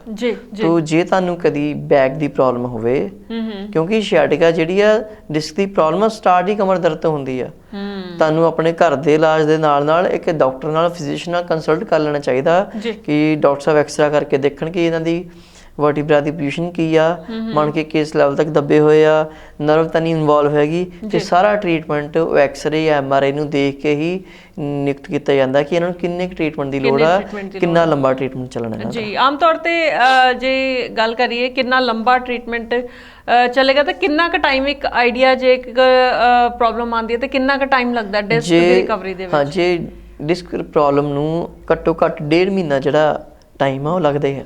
1.5 ਮਹੀਨਾ ਲੱਗਦਾ। ਹਾਂਜੀ, ਕਿਉਂਕਿ ਜੇ ਆਪਾਂ ਕਹੀਏ 5-7 ਦਿਨ ਦੇ ਵਿੱਚ ਇਹ ਬਿਮਾਰੀ ਠੀਕ ਨਹੀਂ ਹੋ ਸਕਦੀ। ਬਿਲਕੁਲ ਠੀਕ ਹੈ। ਤੇ ਕਈਆਂ ਨੂੰ ਮੈਂ ਦੇਖਿਆ ਕਿ ਬੈਲਟ ਵੀ ਉਹਨਾਂ ਨੇ ਲਗਾਈ ਹੁੰਦੀ ਹੈ, ਕਮਰ ਦੇ ਵਿੱਚ, ਉਹ ਵੀ ਇਸ ਪ੍ਰੋਬਲਮ ਦੇ ਕਰਕੇ ਲਗਾਈ ਹੁੰਦੀ ਹੈ? ਬੈਲਟ ਆਪਾਂ ਸਪੋਰਟ ਦੇਣ ਵਾਸਤੇ, ਜਿੱਦਾਂ ਆਪਾਂ ਸਰਵਾਈਕਲ ਦੀ ਆਪਾਂ ਗੱਲ ਕੀਤੀ ਸੀ, ਉਹਦੇ ਵਿੱਚ ਇੱਕ ਸਪੋਰਟ ਦੇਣ ਵਾਸਤੇ ਧੌਣ ਦੇ ਮਣਕਿਆਂ ਨੂੰ, ਇਹ 'ਚ ਆਪਾਂ ਲੱਕ ਦੇ ਜਿਹੜੇ 5 ਮਣਕੇ ਉਹਨਾਂ ਨੂੰ ਸਪੋਰਟ ਦੇਣ ਵਾਸਤੇ ਬੈਲਟ ਲਗਾਈ ਜਾਂਦੀ ਆ ਕਿ ਉਹਨਾਂ ਤੇ ਦਾਬ ਨਾ ਪਵੇ, ਕਿਉਂਕਿ ਪਹਿਲੇ ਕੰਪਰੈਸ਼ਨ ਸਟੇਜ ਦੇ ਵਿੱਚ ਆ ਜੇ ਉੱਚੀ ਨੀਵੀਂ ਜਗ੍ਹਾ ਤੇ ਜਾਓਗੇ ਜਾਂ ਡਰਾਈਵ ਕਰੋਗੇ, ਪ੍ਰੋਲੋਂਗ ਸਿਟਿੰਗ ਕਰੋਗੇ, ਉਹ ਤੇ ਫਿਰ ਪ੍ਰੈਸ਼ਰ ਆਉਣਾ ਸ਼ੁਰੂ ਹੋ ਜਾਂਦਾ। ਉਹ ਪ੍ਰੈਸ਼ਰ ਨੂੰ ਘਟਾਉਣ ਵਾਸਤੇ ਉਹ ਬੈਲਟ ਲਗਾਈ ਜਾਂਦੀ ਹੈ, ਸਪੋਰਟ ਦੇਣ ਵਾਸਤੇ। ਪਰ ਬੈਲਟ ਲਗਾਉਣਾ ਕੋਈ ਹੱਲ ਨਹੀਂ ਹੈ, ਇਹਦੇ ਨਾਲ ਸਾਨੂੰ ਐਕਸਰਸਾਈਜ਼ ਤੇ ਫਿਜ਼ੀਓਥੈਰੇਪੀ ਟ੍ਰੀਟਮੈਂਟ ਜ਼ਰੂਰੀ ਆ, ਬਿਨ ਨਾਗਾ। ਤੇ ਜਿਹੜੇ ਡਿਸਕ ਪ੍ਰੋਬਲਮ ਵਾਲੇ ਪੇਸ਼ੈਂਟ ਹੁੰਦੇ ਆ ਉਹਨਾਂ ਨੂੰ ਹੋਰ ਵੀ ਕਈ ਪਰਹੇਜ਼ ਦੱਸੇ ਜਾਂਦੇ ਨੇ, ਜਾਂ ਰੈਸਟ ਜਿੱਦਾਂ ਉਹਨਾਂ ਲਈ ਜ਼ਰੂਰੀ ਹੁੰਦਾ ਹੈ, ਜਾਂ ਫਿਰ ਡਰਾਈਵਿੰਗ ਮਨਾ ਕੀਤੀ ਜਾਂਦੀ ਹੈ, ਇਦਾਂ ਦੇ ਵੀ ਕੁਝ ਪਰਹੇਜ਼ ਦੱਸੇ ਜਾਂਦੇ ਨੇ? ਇਹ ਡਿਪੈਂਡ ਕਰਦਾ ਸਿਵੀਰਿਟੀ ਤੇ, ਜਿੰਨੀ ਕੁ ਪ੍ਰੋਬਲਮ ਜ਼ਿਆਦਾ ਆ ਜੀ ਉਨਾ ਕੁ ਪਰਹੇਜ਼ ਜ਼ਿਆਦਾ ਆ। ਪਹਿਲਾ ਪਰਹੇਜ਼ ਤਾਂ ਇਹ ਹੈ ਕਿ ਭਾਰ ਤਾਂ ਚੱਕਣਾ ਨਹੀਂ, ਫਾਰਵਰਡ ਬੈਂਡਿੰਗ ਕਿਸੇ ਹੱਦ ਤੱਕ ਅਸੀਂ ਅਵੋਇਡ ਕਰਨ ਨੂੰ ਕਹਿੰਦੇ ਆ ਕਿ ਝੁੱਕ ਕੇ ਕੋਈ ਚੀਜ਼ ਨਹੀਂ ਚੱਕਣੀ। ਜੇ ਚੀਜ਼ ਚੱਕਣੀ ਵੀ ਪੈ ਜਾਏ ਤੁਹਾਨੂੰ ਆਪਣੇ ਗੋਡੇ ਫੋਲਡ ਕਰਕੇ ਫਿਰ ਉਸ ਚੀਜ਼ ਨੂੰ ਚੱਕੋ, rather than ਕਿ ਤੁਸੀਂ ਸਿੱਧਾ ਹੀ ਝੁਕ ਜਾਂਦੇ ਆ। ਤੇ ਬੈਕ ਤੇ ਤੁਹਾਡੀ ਤੇ ਪ੍ਰੈਸ਼ਰ ਘੱਟ ਪਵੇ, ਪ੍ਰੋਲੋਂਗ ਸਿਟਿੰਗ ਨਹੀਂ ਕਰਨੀ ਜੀ, ਪ੍ਰੋਲੋਂਗ ਸਟੈਂਡਿੰਗ ਨਹੀਂ ਕਰਨੀ। ਪਹਿਲੇ 2-3 ਹਫ਼ਤੇ ਤੁਹਾਨੂੰ ਬਹੁਤ ਧਿਆਨ ਰੱਖਣਾ ਪੈਂਦਾ ਆ। ਜਦੋਂ ਤੁਹਾਡੀ ਪ੍ਰੋਬਲਮ ਥੋੜੀ ਘਟ ਜਾਂਦੀ ਆ ਫਿਰ ਅਸੀਂ ਪੇਸ਼ੈਂਟ ਨੂੰ ਹੌਲੀ-ਹੌਲੀ ਐਕਸਰਸਾਈਜ਼ ਦੇ ਨਾਲ ਉਹਦੇ ਕੰਮ ਜਿਹੜੇ ਕਰਨ ਦੇ ਤਰੀਕੇ ਸਿਖਾਉਣ ਲੱਗ ਪੈਂਦੇ ਆ ਤੇ ਕਿ ਕਿੱਦਾਂ ਕੰਮ ਕਰਨਾ ਆ ਤੇ ਤੁਹਾਡੇ ਬੈਕ ਤੇ ਪ੍ਰੈਸ਼ਰ ਘੱਟ ਪਵੇ ਤੇ ਹੌਲੀ-ਹੌਲੀ ਆਪਣੇ ਸਾਰੇ ਕੰਮ ਕਰਨੇ ਸ਼ੁਰੂ ਕਰ ਦਿੰਦੇ ਆ। ਜੀ ਬਿਲਕੁਲ ਠੀਕ ਗੱਲ ਹੈ। ਤੇ ਜਿਸ ਤਰ੍ਹਾਂ ਮੈਂ ਗੱਲ ਕਰ ਰਹੀ ਸੀ ਕਿ ਐਕਸੀਡੈਂਟ ਨਾਲ ਵੀ ਕਈਆਂ ਨੂੰ ਡਿਸਕ ਪ੍ਰੋਬਲਮ ਹੋ ਜਾਂਦੀ ਹੈ। ਡਿਸਕ ਪ੍ਰੋਬਲਮ ਦੇ ਕਈ ਰੀਜ਼ਨ ਹੁੰਦੇ ਆ ਜੀ। ਸਭ ਤੋਂ ਪਹਿਲਾ ਰੀਜ਼ਨ ਉਹੀ ਡੀਜਨਰੇਸ਼ਨ, ਉਮਰ ਵਧਣ ਦੇ ਨਾਲ ਹੱਡੀਆਂ ਘਸਣੀਆਂ ਸ਼ੁਰੂ ਹੋ ਜਾਂਦੀਆਂ ਆ, ਉਹਦੇ ਕਰਕੇ ਵੀ ਡਿਸਕ ਪ੍ਰੋਬਲਮ ਆ ਸਕਦੀ ਆ। ਨੰਬਰ 2 ਤੁਹਾਡਾ weight ਬਹੁਤ ਜ਼ਿਆਦਾ ਆ, ਉਹਦੇ ਕਰਕੇ ਵੀ ਡਿਸਕ ਪ੍ਰੋਬਲਮ ਆ ਸਕਦੀ ਆ, ਕਿਉਂਕਿ ਜਿਹਦਾ ਭਾਰ ਜ਼ਿਆਦਾ ਹੁੰਦਾ ਹੈ, ਪੇਟ ਜ਼ਿਆਦਾ ਹੁੰਦਾ ਆ, ਉਹ ਪੇਟ ਅੱਗੇ ਵਧਣ ਦੇ ਨਾਲ ਜਿਹੜੀ ਲੰਬਰ ਦੀ ਨਾਰਮਲ ਕਰਵ ਹੁੰਦੀ ਨਾ ਉਹਨੂੰ ਆਪਾਂ ਲਡੋਟੀ ਕਰਵ ਕਹਿੰਦੇ, ਵੱਧ ਜਾਂਦੀ ਆ ਤੇ ਪੇਟ ਦੇ ਪ੍ਰੈਸ਼ਰ ਦੇ ਨਾਲ ਉਹ ਪ੍ਰੈਸ਼ਰ ਵੀ ਪੈਂਦਾ ਆ ਤੇ ਉਹਨਾਂ ਹੀ ਡਿਸਕ ਦੇ ਉੱਤੇ ਪ੍ਰੈਸ਼ਰ ਜ਼ਿਆਦਾ ਪਾਊਗਾ। ਫਿਰ ਨੰਬਰ 3 ਤੇ ਆ ਜਾਂਦਾ ਕੋਈ ਵੀ ਐਕਸੀਡੈਂਟਲ ਕੇਸ ਹੋ ਗਿਆ, ਡਿਸਕ ਤੇ ਸੱਟ ਲੱਗ ਗਈ, ਉਹਦੇ ਕਰਕੇ ਡਿਸਕ ਪ੍ਰਲੈਪ ਹੋ ਸਕਦਾ ਹੈ ਤੇ ਇਹਦੇ ਬਹੁਤ ਸਾਰੇ ਰੀਜ਼ਨਸ ਹੈਗੇ। ਅੱਜ ਕੱਲ ਜੋ ਜਿਮ ਵਿੱਚ ਜਿਹੜੇ ਬॉयਜ਼ ਜਾਂ ਗਰਲਸ ਜਾਂਦੇ ਆ ਉਹ 'ਚ ਐਕਸਟਰਾ weight ਜਦੋਂ ਚੱਕ ਲੈਂਦੇ ਆਪਾਂ ਉਹਦੇ ਕਰਕੇ ਵੀ ਡਿਸਕ ਪ੍ਰਲੈਪਸ ਹੋ ਸਕਦਾ। ਮੇਰੇ ਤੋਂ ਬਹੁਤ ਸਾਰੇ ਕੇਸਿਸ ਆਉਂਦੇ ਜਿਹਦੇ ਵਿੱਚ ਜਿਹੜੇ ਯੰਗਸਟਰਸ ਹੈਗੇ, ਜ਼ਿਆਦਾਤਰ ਬॉयਜ਼ ਜਾਂ ਗਰਲਸ, ਉਹ ਜਿਮ ਜਾ ਕੇ ਹੀ ਡਿਸਕ ਪ੍ਰਲੈਪਸ ਦੇ ਸ਼ਿਕਾਰ ਹੁੰਦੇ ਆ। ਉਹਦੇ ਵਿੱਚ ਕੀ ਆ, ਆਪਾਂ ਜਦੋਂ ਆਪਣੀ ਕੈਪੈਸਿਟੀ ਤੋਂ ਵੱਧ ਐਕਸਰਸਾਈਜ਼ ਲਗਾਉਂਦੇ ਆ ਹੈ ਨਾ, ਉਹ ਸਭ ਤੋਂ ਵੱਡਾ ਰੀਜ਼ਨ ਬਣਦਾ। ਜੇ ਆਪਾਂ ਗਲਤ ਐਕਸਰਸਾਈਜ਼ ਕਰਦੇ ਆ, ਗਲਤ ਪੋਜੀਸ਼ਨ ਦੇ ਵਿੱਚ ਐਕਸਰਸਾਈਜ਼ ਕਰਦੇ ਆ, ਉਹ ਸਭ ਤੋਂ ਵੱਡਾ ਰੀਜ਼ਨ ਬਣਦਾ ਡਿਸਕ ਪ੍ਰਲੈਪਸ ਦਾ। ਜ਼ਿਆਦਾਤਰ ਜਦੋਂ ਆਪਾਂ ਸਕੈਟ ਲਾਉਂਦੇ ਆ ਉਹ ਦੇਖੋ ਦੇਖੀ ਕਈ ਐਕਸਰਸਾਈਜ਼ ਲਗਾਉਣ ਲੱਗ ਪੈਂਦੇ ਹੈ ਨਾ। ਪਹਿਲਾਂ ਵਾਰਮ ਅਪ ਹੋਣਾ ਬਹੁਤ ਜ਼ਰੂਰੀ, ਐਕਸਰਸਾਈਜ਼ ਤੋਂ ਬਾਅਦ ਵਾਰਮ ਅਪ ਕਈ ਵਾਰੀ ਕਰਦੇ ਨਹੀਂ। ਹੁਣ ਕੈਪੈਸਿਟੀ ਹੈਗੀ ਮੇਰੀ ਕਿ ਮੈਂ 50 kg ਦੀ ਸਕੈਟ ਲਗਾ ਸਕਦਾ ਆ ਜਾਂ 50 kg weight ਉਠਾ ਸਕਦਾ ਆ, ਪਰ ਹੁਣ ਮੇਰੇ ਜਿਹੜਾ ਪਾਰਟਨਰ ਨਾਲ ਦਾ ਉਹ 70 kg ਲਗਾ ਰਿਹਾ ਕਿਉਂਕਿ ਇਹਦੀ ਕੈਪੈਸਿਟੀ ਆ। ਉਹ ਜਦੋਂ ਆਪਾਂ ਕੰਪੀਟੀਸ਼ਨ ਕਰਨ ਲੱਗ ਪੈਂਦੇ ਆ ਕਿ ਯਾਰ ਜਿਹਨੇ ਕਿ ਮੈਂ ਆਪਣੀ ਇਨਸਲਟ ਫੀਲ ਕਰਦਾ ਕਿ ਇਹਨੇ 70 kg ਲਗਾਇਆ, ਮੈਂ 50 ਤੇ ਜਿਹੜਾ ਮੈਂ ਜਦੋਂ 50 ਤੇ 70 ਚੱਲ ਜਾਂਦਾ, ਨਾਲ ਹੀ ਉਹ ਸਭ ਤੋਂ ਜ਼ਿਆਦਾ ਪ੍ਰੈਸ਼ਰ ਮੇਰੇ ਡਿਸਕ ਤੇ ਪੈਂਦਾ। ਬਿਲਕੁਲ ਤੇ ਉਹਦੇ ਨਾਲ ਹੀ ਆਪਾਂ ਡਿਸਕ ਪ੍ਰਲੈਪਸ ਕੱਲਾ ਲੰਬਰ ਲੈਵਲ ਤੇ ਨਹੀਂ ਹੁੰਦਾ, ਉਹ ਤੁਹਾਡੇ ਸਰਵਾਈਕਲ ਲੈਵਲ ਤੇ ਵੀ ਹੋ ਸਕਦਾ, ਤੁਹਾਡੇ ਥ੍ਰੈਸਿਕ ਲੈਵਲ ਤੇ ਵੀ ਹੋ ਸਕਦਾ, ਈਵਨ ਸਮ ਟਾਈਮਸ ਉਹ ਫ੍ਰੈਕਚਰ ਵੀ ਹੋ ਸਕਦਾ। ਤੇ ਸੋ ਜਿਮ ਜਿਹੜੇ ਜਾਂਦੇ ਆ ਉਹਨਾਂ ਨੂੰ ਮੈਂ ਇਹ ਕਹੂੰਗਾ ਕਿ ਪ੍ਰੋਪਰ ਇੰਸਟਰਕਸ਼ਨ ਦੇ ਨਾਲ ਆਪਣੀ ਬਾਡੀ ਦੀ ਕੈਪੈਸਿਟੀ ਦੇ ਹਿਸਾਬ ਨਾਲ ਜਿਮ ਲਗਾਇਆ ਜਾਵੇ ਕਿ ਆਪਾਂ ਦੇਖੋ ਦੇਖੀ ਆਪਣਾ ਜਿਹੜਾ ਜਿਮ ਨਾ ਵਧਾਈਏ। ਜਿਹੜਾ weight ਆਪਣੀ ਬਾਡੀ ਦੀ ਲੈਂਗੁਏਜ ਦੇ ਅਕੋਰਡਿੰਗ, ਆਪਣੀ ਕੈਪੈਸਿਟੀ ਦੇ ਅਕੋਰਡਿੰਗ ਲਗਾਉਣਾ ਚਾਹੀਦਾ। ਬਿਲਕੁਲ ਠੀਕ ਤੁਸੀਂ ਕਿਹਾ। ਤੇ ਇੱਥੇ ਇੱਕ ਹੋਰ ਗੱਲ ਇਹ ਮੈਂ ਕਰੂੰਗੀ ਕਿ ਕਈ ਵਾਰੀ ਕਮਰ ਦਰਦ ਦੀ ਸਮੱਸਿਆ ਹੁੰਦੀ ਹੈ ਜਿਹਦਾ ਕਾਰਨ ਹੁੰਦਾ ਹੈ ਕਿ ਆਪਣੀ ਕੈਪੈਸਿਟੀ ਨਾਲੋਂ ਜ਼ਿਆਦਾ ਕੰਮ ਕਰਨਾ, ਉਹਦੇ ਕਰਕੇ ਕਮਰ ਦਰਦ ਦੀ ਪ੍ਰੋਬਲਮ ਹੁੰਦੀ ਹੈ ਜਿਹੜੀ ਕਿ 2-3 ਦਿਨ ਰੈਸਟ ਕਰਨ ਦੇ ਨਾਲ ਜਾਂ ਹਲਕੀ ਐਕਸਰਸਾਈਜ਼ ਦੇ ਨਾਲ ਠੀਕ ਹੋ ਜਾਂਦੀ ਹੈ। ਇੱਕ ਪ੍ਰੋਬਲਮ ਹੁੰਦੀ ਹੈ ਕਿ ਕਮਰ ਦਰਦ ਹੋ ਰਹੀ ਹੈ ਪਰ ਉਹ ਠੀਕ ਹੀ ਨਹੀਂ ਹੋ ਰਹੀ, ਉਹ ਲੌਂਗ ਟਰਮ ਉਹੀ ਪੇਨ ਜਿਹੜੀ ਹੈ ਉਹ ਲੰਬੇ ਸਮੇਂ ਤੱਕ ਬਣੀ ਹੋਈ ਹੈ, ਉਹਦਾ ਕੀ ਕਾਰਨ ਹੋ ਸਕੀ? ਇਹ ਵੀ ਡਿਸਕ ਦੇ ਨਾਲ ਜੁੜੇਗੀ? ਉਹਦਾ ਰੀਜ਼ਨ ਕੋਈ ਵੀ ਹੋ ਸਕਦਾ, ਜਾਂ ਤੁਹਾਡੇ ਮਸਲ ਵੀਕ ਆ, ਇੱਕ ਇਹ ਵੀ ਰੀਜ਼ਨ ਹੋ ਸਕਦਾ। ਜਿੰਨੇ ਚਿਰ ਆਪਾਂ ਅਬਜ਼ਰਵੇਸ਼ਨ ਨਹੀਂ ਕਰਦੇ ਪੇਸ਼ੈਂਟ ਨੂੰ ਅਬਜ਼ਰਵ ਨਹੀਂ ਕਰਦੇ, ਇਹਨੂੰ ਇਨਵੈਸਟੀਗੇਟ ਨਹੀਂ ਕਰਦੇ ਪ੍ਰੋਪਰ, ਉਨੇ ਚਿਰ ਅਸੀਂ ਇਸ ਤੱਕ ਨਤੀਜੇ ਤੱਕ ਪਹੁੰਚ ਨਹੀਂ ਸਕਦੇ ਕਿ ਡਿਸਕ ਦੀ ਪ੍ਰੋਬਲਮ ਆ ਕਿ ਤੁਹਾਡੇ ਬੈਕ ਪੇਨ ਦੀ ਪ੍ਰੋਬਲਮ। ਪਰ ਹਾਂ ਇੰਨਾ ਡਿਫਰੈਂਸ਼ੀਏਟ ਕਰ ਸਕਦੇ ਹਾਂ ਕਿ ਜਦੋਂ ਲੱਕ 'ਚੋਂ ਦਰਦ ਹੋ ਕੇ ਤੁਹਾਡੇ ਬੁਟਕਸ ਤੱਕ ਜਾਵੇ, ਬੈਕ ਤੱਕ ਜਾਵੇ, ਬੈਕ ਆਫ ਥਾਈ ਤੱਕ ਜਾਵੇ ਜਾਂ ਕਾਫ ਤੱਕ ਜਾਵੇ, ਲੱਤ ਦੇ ਪਿਛਲੇ ਹਿੱਸੇ ਨੂੰ ਜਾਵੇ, ਉਹ 90% ਰੀਹ ਦੀ ਦਰਦ ਹੀ ਹੁੰਦੀ ਆ। ਅੱਛਾ। ਕਈ ਵਾਰੀ ਉਹ ਪੀਰੀਫਾਰਮਸ ਮਸਲ ਦੀ ਟਾਈਟਨੈਸ ਕਰਕੇ ਵੀ ਦਰਦ ਹੁੰਦੀ ਆ, ਜਿਹਨੂੰ ਆਪਾਂ ਪੀਰੀਫਾਰਮਸ ਸਿੰਡਰੋਮ ਕਹਿੰਦੇ ਆ। ਉਹਦੇ ਵਿੱਚ ਕੀ ਹੁੰਦਾ, ਬੈਕ ਸਾਈਡ ਤੇ ਇੱਕ ਮਸਲ ਹੁੰਦਾ ਪੀਰੀਫਾਰਮਸ, ਜਿਹਦੇ ਥੱਲੇ ਸ਼ੈਡਿੰਗ ਨਰਵ ਜਾਂਦੀ ਆ। ਕਈ ਵਾਰੀ ਉਹ ਮਸਲ ਜਦੋਂ ਜ਼ਿਆਦਾ ਟਾਈਟ ਹੋ ਜਾਵੇ ਉਹਦੇ ਕਰਕੇ ਵੀ ਤੁਹਾਡੇ ਲੱਤ 'ਚ ਦਰਦ ਜਾਣ ਲੱਗ ਪੈਂਦੀ ਆ। ਉਹਦੇ ਵਿੱਚ ਆਪਾਂ ਡਿਫਰੈਂਸ਼ੀਏਟ ਕਰਨਾ ਹੁੰਦਾ, ਉਹ ਥੈਰੇਪਿਸਟ ਹੀ ਡਿਫਰੈਂਸ਼ੀਏਟ ਕਰ ਸਕਦਾ ਕਿ ਇਹ ਪੀਰੀਫਾਰਮਸ ਦੀ ਦਰਦ ਆ ਕਿ ਸ਼ੈਡਿਕਾ ਦੀ ਦਰਦ ਆ। ਹਰੇਕ ਲੱਤ ਨੂੰ ਜਾਣ ਵਾਲੀ ਦਰਦ ਸ਼ੈਡਿਕਾ ਨਹੀਂ ਹੁੰਦੀ ਤੇ ਹਰੇਕ ਪੀਰੀਫਾਰਮਸ ਵਾਲੀ ਨਹੀਂ ਹੁੰਦੀ। ਪਰ ਫਿਰ ਵੀ ਆਪਾਂ ਡਾਕਟਰ ਨਾਲ ਕੰਸਲਟ ਕਰਨਾ ਚਾਹੀਦਾ ਕਿ ਜੋ ਸ਼ੈਡਿਕਾ ਦੀ ਦਰਦ ਆ ਉਹਨੂੰ ਠੀਕ ਹੋਣ ਨੂੰ ਟਾਈਮ ਲੱਗਣਾ। ਪੀਰੀਫਾਰਮਸ ਦੀ ਜਿਹੜੀ ਦਰਦ ਆ ਉਹ ਸਟ੍ਰੈਚਿੰਗ ਦੇ ਨਾਲ, ਐਕਸਰਸਾਈਜ਼ ਦੇ ਨਾਲ, ਸੌਫਟ ਟਿਸ਼ੂ ਰਿਲੀਜ਼ ਦੇ ਨਾਲ, ਕੁਝ ਮੋਡੈਲਿਟੀਜ਼ ਦੇ ਨਾਲ ਠੀਕ ਹੋ ਜਾਂਦੀ ਆ। ਪਰ ਜਿਹੜੀ ਸ਼ੈਡਿਕਾ ਦੀ ਦਰਦ ਆ ਉਹਨੂੰ ਆਪਾਂ 4 ਤੋਂ 6 ਹਫ਼ਤੇ ਮੰਨ ਕੇ ਚੱਲੀਏ ਕਿ ਇੰਨਾ ਟਾਈਮ ਆਪਾਂ ਇਲਾਜ ਉਹਦਾ ਕਰਾਵਾਂਗੇ ਤਾਂ ਸਾਨੂੰ ਫਰਕ ਪੈਣਾ। ਸਾਡੇ ਤੋਂ ਕਈ ਪੇਸ਼ੈਂਟ ਆਉਂਦੇ, ਡਾਕਟਰ ਸਾਹਿਬ ਕਿੰਨਾ ਟਾਈਮ ਲੱਗੂਗਾ? ਮੇਰੀ ਆਦਤ ਆ ਮੈਂ ਪੇਸ਼ੈਂਟ ਨੂੰ ਸੱਚ ਦੱਸ ਦਿੰਦਾ ਕਿ ਇੰਨਾ ਟਾਈਮ ਲੱਗਣਾ ਆ, ਮੈਂ ਕੋਈ ਮਿਰੈਕਲ ਨਹੀਂ ਕਰ ਸਕਦਾ, ਮੈਂ 2-4 ਦਿਨ 'ਚ ਤੁਹਾਨੂੰ ਠੀਕ ਨਹੀਂ ਕਰ ਸਕਦਾ। ਹਾਂ 5-10 ਦਿਨਾਂ ਦੇ ਬਾਅਦ ਤੁਹਾਡੀ ਜਿਹੜੀ ਦਰਦ ਅੱਗੇ ਨਾਲੋਂ ਘਟ ਜਾਊਗੀ, ਬਿਲਕੁਲ ਖਤਮ ਨਹੀਂ ਹੋਊਗੀ। ਤੇ ਹੌਲੀ ਹੌਲੀ ਗ੍ਰੈਜੂਅਲੀ ਤੁਹਾਡੀ ਦਰਦ ਘਟਣੀ ਆ, ਕਿਉਂਕਿ ਪ੍ਰੋਬਲਮ ਡਿਸਕ ਦੀ ਪ੍ਰੋਬਲਮ ਇੱਕਦਮ ਨਹੀਂ ਹੁੰਦੀ। ਇਹ ਹੌਲੀ ਹੌਲੀ ਵੱਧਦੀ ਪ੍ਰੋਬਲਮ ਵੱਧਦੀ ਆ। ਇਨ ਸਮ ਕੇਸਿਸ ਜਿੱਦਾਂ ਐਕਸੀਡੈਂਟਲ ਕੇਸ ਹੋ ਗਿਆ ਜਾਂ ਆਪਾਂ ਬਹੁਤ ਹੈਵੀ weight ਵਾਲੇ, ਉਹਨਾਂ ਕੇਸਿਸ ਦੇ ਵਿੱਚ ਯਕਦਮ ਡਿਸਕ ਪ੍ਰਲੈਪਸ ਹੋ ਸਕਦਾ ਆ। ਪਰ ਨਾਰਮਲੀ ਜਿਹੜੀ ਡਿਸਕ ਪ੍ਰਲੈਪਸ ਹੈ ਕਮਰ ਦਰਦ ਤੋਂ ਹੀ ਸ਼ੁਰੂ ਹੁੰਦੀ ਆ। ਕਮਰ ਦਰਦ ਹੋਈ, ਆਪਾਂ ਕੋਈ ਪੇਨ ਕਿਲਰ ਖਾ ਲਈ, ਆਪਾਂ ਕੰਮ ਸ਼ੁਰੂ। ਮੋਸਟਲੀ ਲੇਡੀਜ਼ ਘਰ 'ਚ ਇਦਾਂ ਹੀ ਕਰਦੀਆਂ। ਜੀ ਜੀ, ਬਿਲਕੁਲ ਠੀਕ ਗੱਲ ਹੈ। ਕਈ ਵਾਰ ਆਇੰਟਮੈਂਟ ਲਗਾ ਕੇ ਤੇ ਤਾਂ ਵੀ ਰਿਲੀਫ ਮਿਲਦਾ। ਕੋਈ ਕਹਾਵਤ ਬਣੀ ਆ, ਗੋਲੀ ਅੰਦਰ ਤੇ ਯਾਰ ਜਲੰਧਰ, ਹੈ ਨਾ। ਉਹ ਜਿਹੜਾ ਕਹਾਵਤ ਸੂਟ ਕਰਦੀ ਨਾ ਤੇ ਕਿ ਮੈਡੀਸਿਨ ਖਾ ਕੇ ਆਪਾਂ ਘਰ ਦੇ ਸਾਰੇ ਕੰਮ ਕਰਨੇ ਸ਼ੁਰੂ ਕਰ ਦਿੰਦੇ ਆ। ਉਹ ਇੱਕ ਦਿਨ ਨਿਕਲ ਜਾਂਦਾ, ਫੇਰ ਨੈਕਸਟ ਡੇ ਆਉਂਦਾ ਆ, ਫੇਰ ਆਪਾਂ ਪੇਨ ਕਿਲਰ ਖਾਂਦੇ ਆ। ਉਹ ਪੇਨ ਕਿਲਰ ਖਾਣ ਦੇ ਨਾਲ ਸਾਨੂੰ ਪਤਾ ਹੀ ਨਹੀਂ ਲੱਗਦਾ ਕਿ ਸਾਡਾ ਦਰਦ ਹੈਗੀ ਕਿ ਨਹੀਂ ਹੈਗੀ। ਤੇ ਆਪਾਂ ਜਿਹੜੀ ਰੋਜ਼ ਮੈਡੀਸਨ ਖਾਂਦੇ ਆ, ਮੈਡੀਸਨ ਤੋਂ ਬਾਅਦ ਆਪਾਂ ਕੰਮ ਸ਼ੁਰੂ ਕਰ ਦਿੰਦੇ ਆ, ਉਹ ਚੀਜ਼ ਸਹੀ ਨਹੀਂ ਹੈਗੀ। ਉਹਨਾਂ ਤੁਹਾਡੇ ਬਹੁਤ ਸਾਰੀਆਂ ਪ੍ਰੋਬਲਮਸ ਕ੍ਰੀਏਟ ਹੋ ਸਕਦੀਆਂ। ਇਸ ਕਰਕੇ ਪਹਿਲਾਂ ਫਿਜ਼ੀਓਥੈਰੇਪਿਸਟ ਨੂੰ ਹੀ ਕੰਸਲਟ ਕਰੋ ਤੇ ਉਹ ਜੋ ਤੁਹਾਨੂੰ ਐਕਸਰਸਾਈਜ਼ ਦੱਸਦੇ ਆ, ਜਿੰਨਾ ਤੁਹਾਨੂੰ ਟ੍ਰੀਟਮੈਂਟ ਦੱਸਦੇ ਆ, ਉਨਾ ਟਾਈਮ ਉਹ ਟ੍ਰੀਟਮੈਂਟ ਕਰਵਾਓ। ਬਿਲਕੁਲ। ਤੇ ਡਾਕਟਰ ਸਾਹਿਬ, ਬੜੇ ਸਾਰੇ ਦਰਸ਼ਕ ਇਸ ਵੇਲੇ ਪ੍ਰੋਗਰਾਮ ਦੇਖ ਰਹੇ ਨੇ, ਜੇ ਉਹਨਾਂ ਨੇ ਤੁਹਾਡੇ ਤੋਂ ਸਲਾਹ ਲੈਣੀ ਹੈ ਜਾਂ ਕੁਝ ਪੁੱਛਣਾ ਉਹ ਚਾਹੁੰਦੇ ਨੇ ਤੇ ਤੁਹਾਨੂੰ ਕਿੱਦਾਂ ਕੰਟੈਕਟ ਕਰ ਸਕਦੇ ਹੋ? ਹਾਂਜੀ, ਤੁਸੀਂ ਮੇਰਾ ਫੋਨ ਨੰਬਰ ਨੋਟ ਕਰ ਸਕਦੇ ਹੋ ਜੀ, 98722 92808 9872 92808।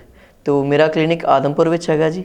ਜਲੰਧਰ ਸ਼ਹਿਰ ਤੋਂ 15 ਕਿਲੋਮੀਟਰ ਦੂਰ ਆਦਮਪੁਰ ਟਾਊਨ ਪੈਂਦਾ, ਉੱਥੇ ਮੇਰਾ ਕਲੀਨਿਕ ਹੈ ਦਾ ਮਾਸਟਰ ਫਿਜ਼ੀਓਥੈਰੇਪੀ ਕਰਕੇ।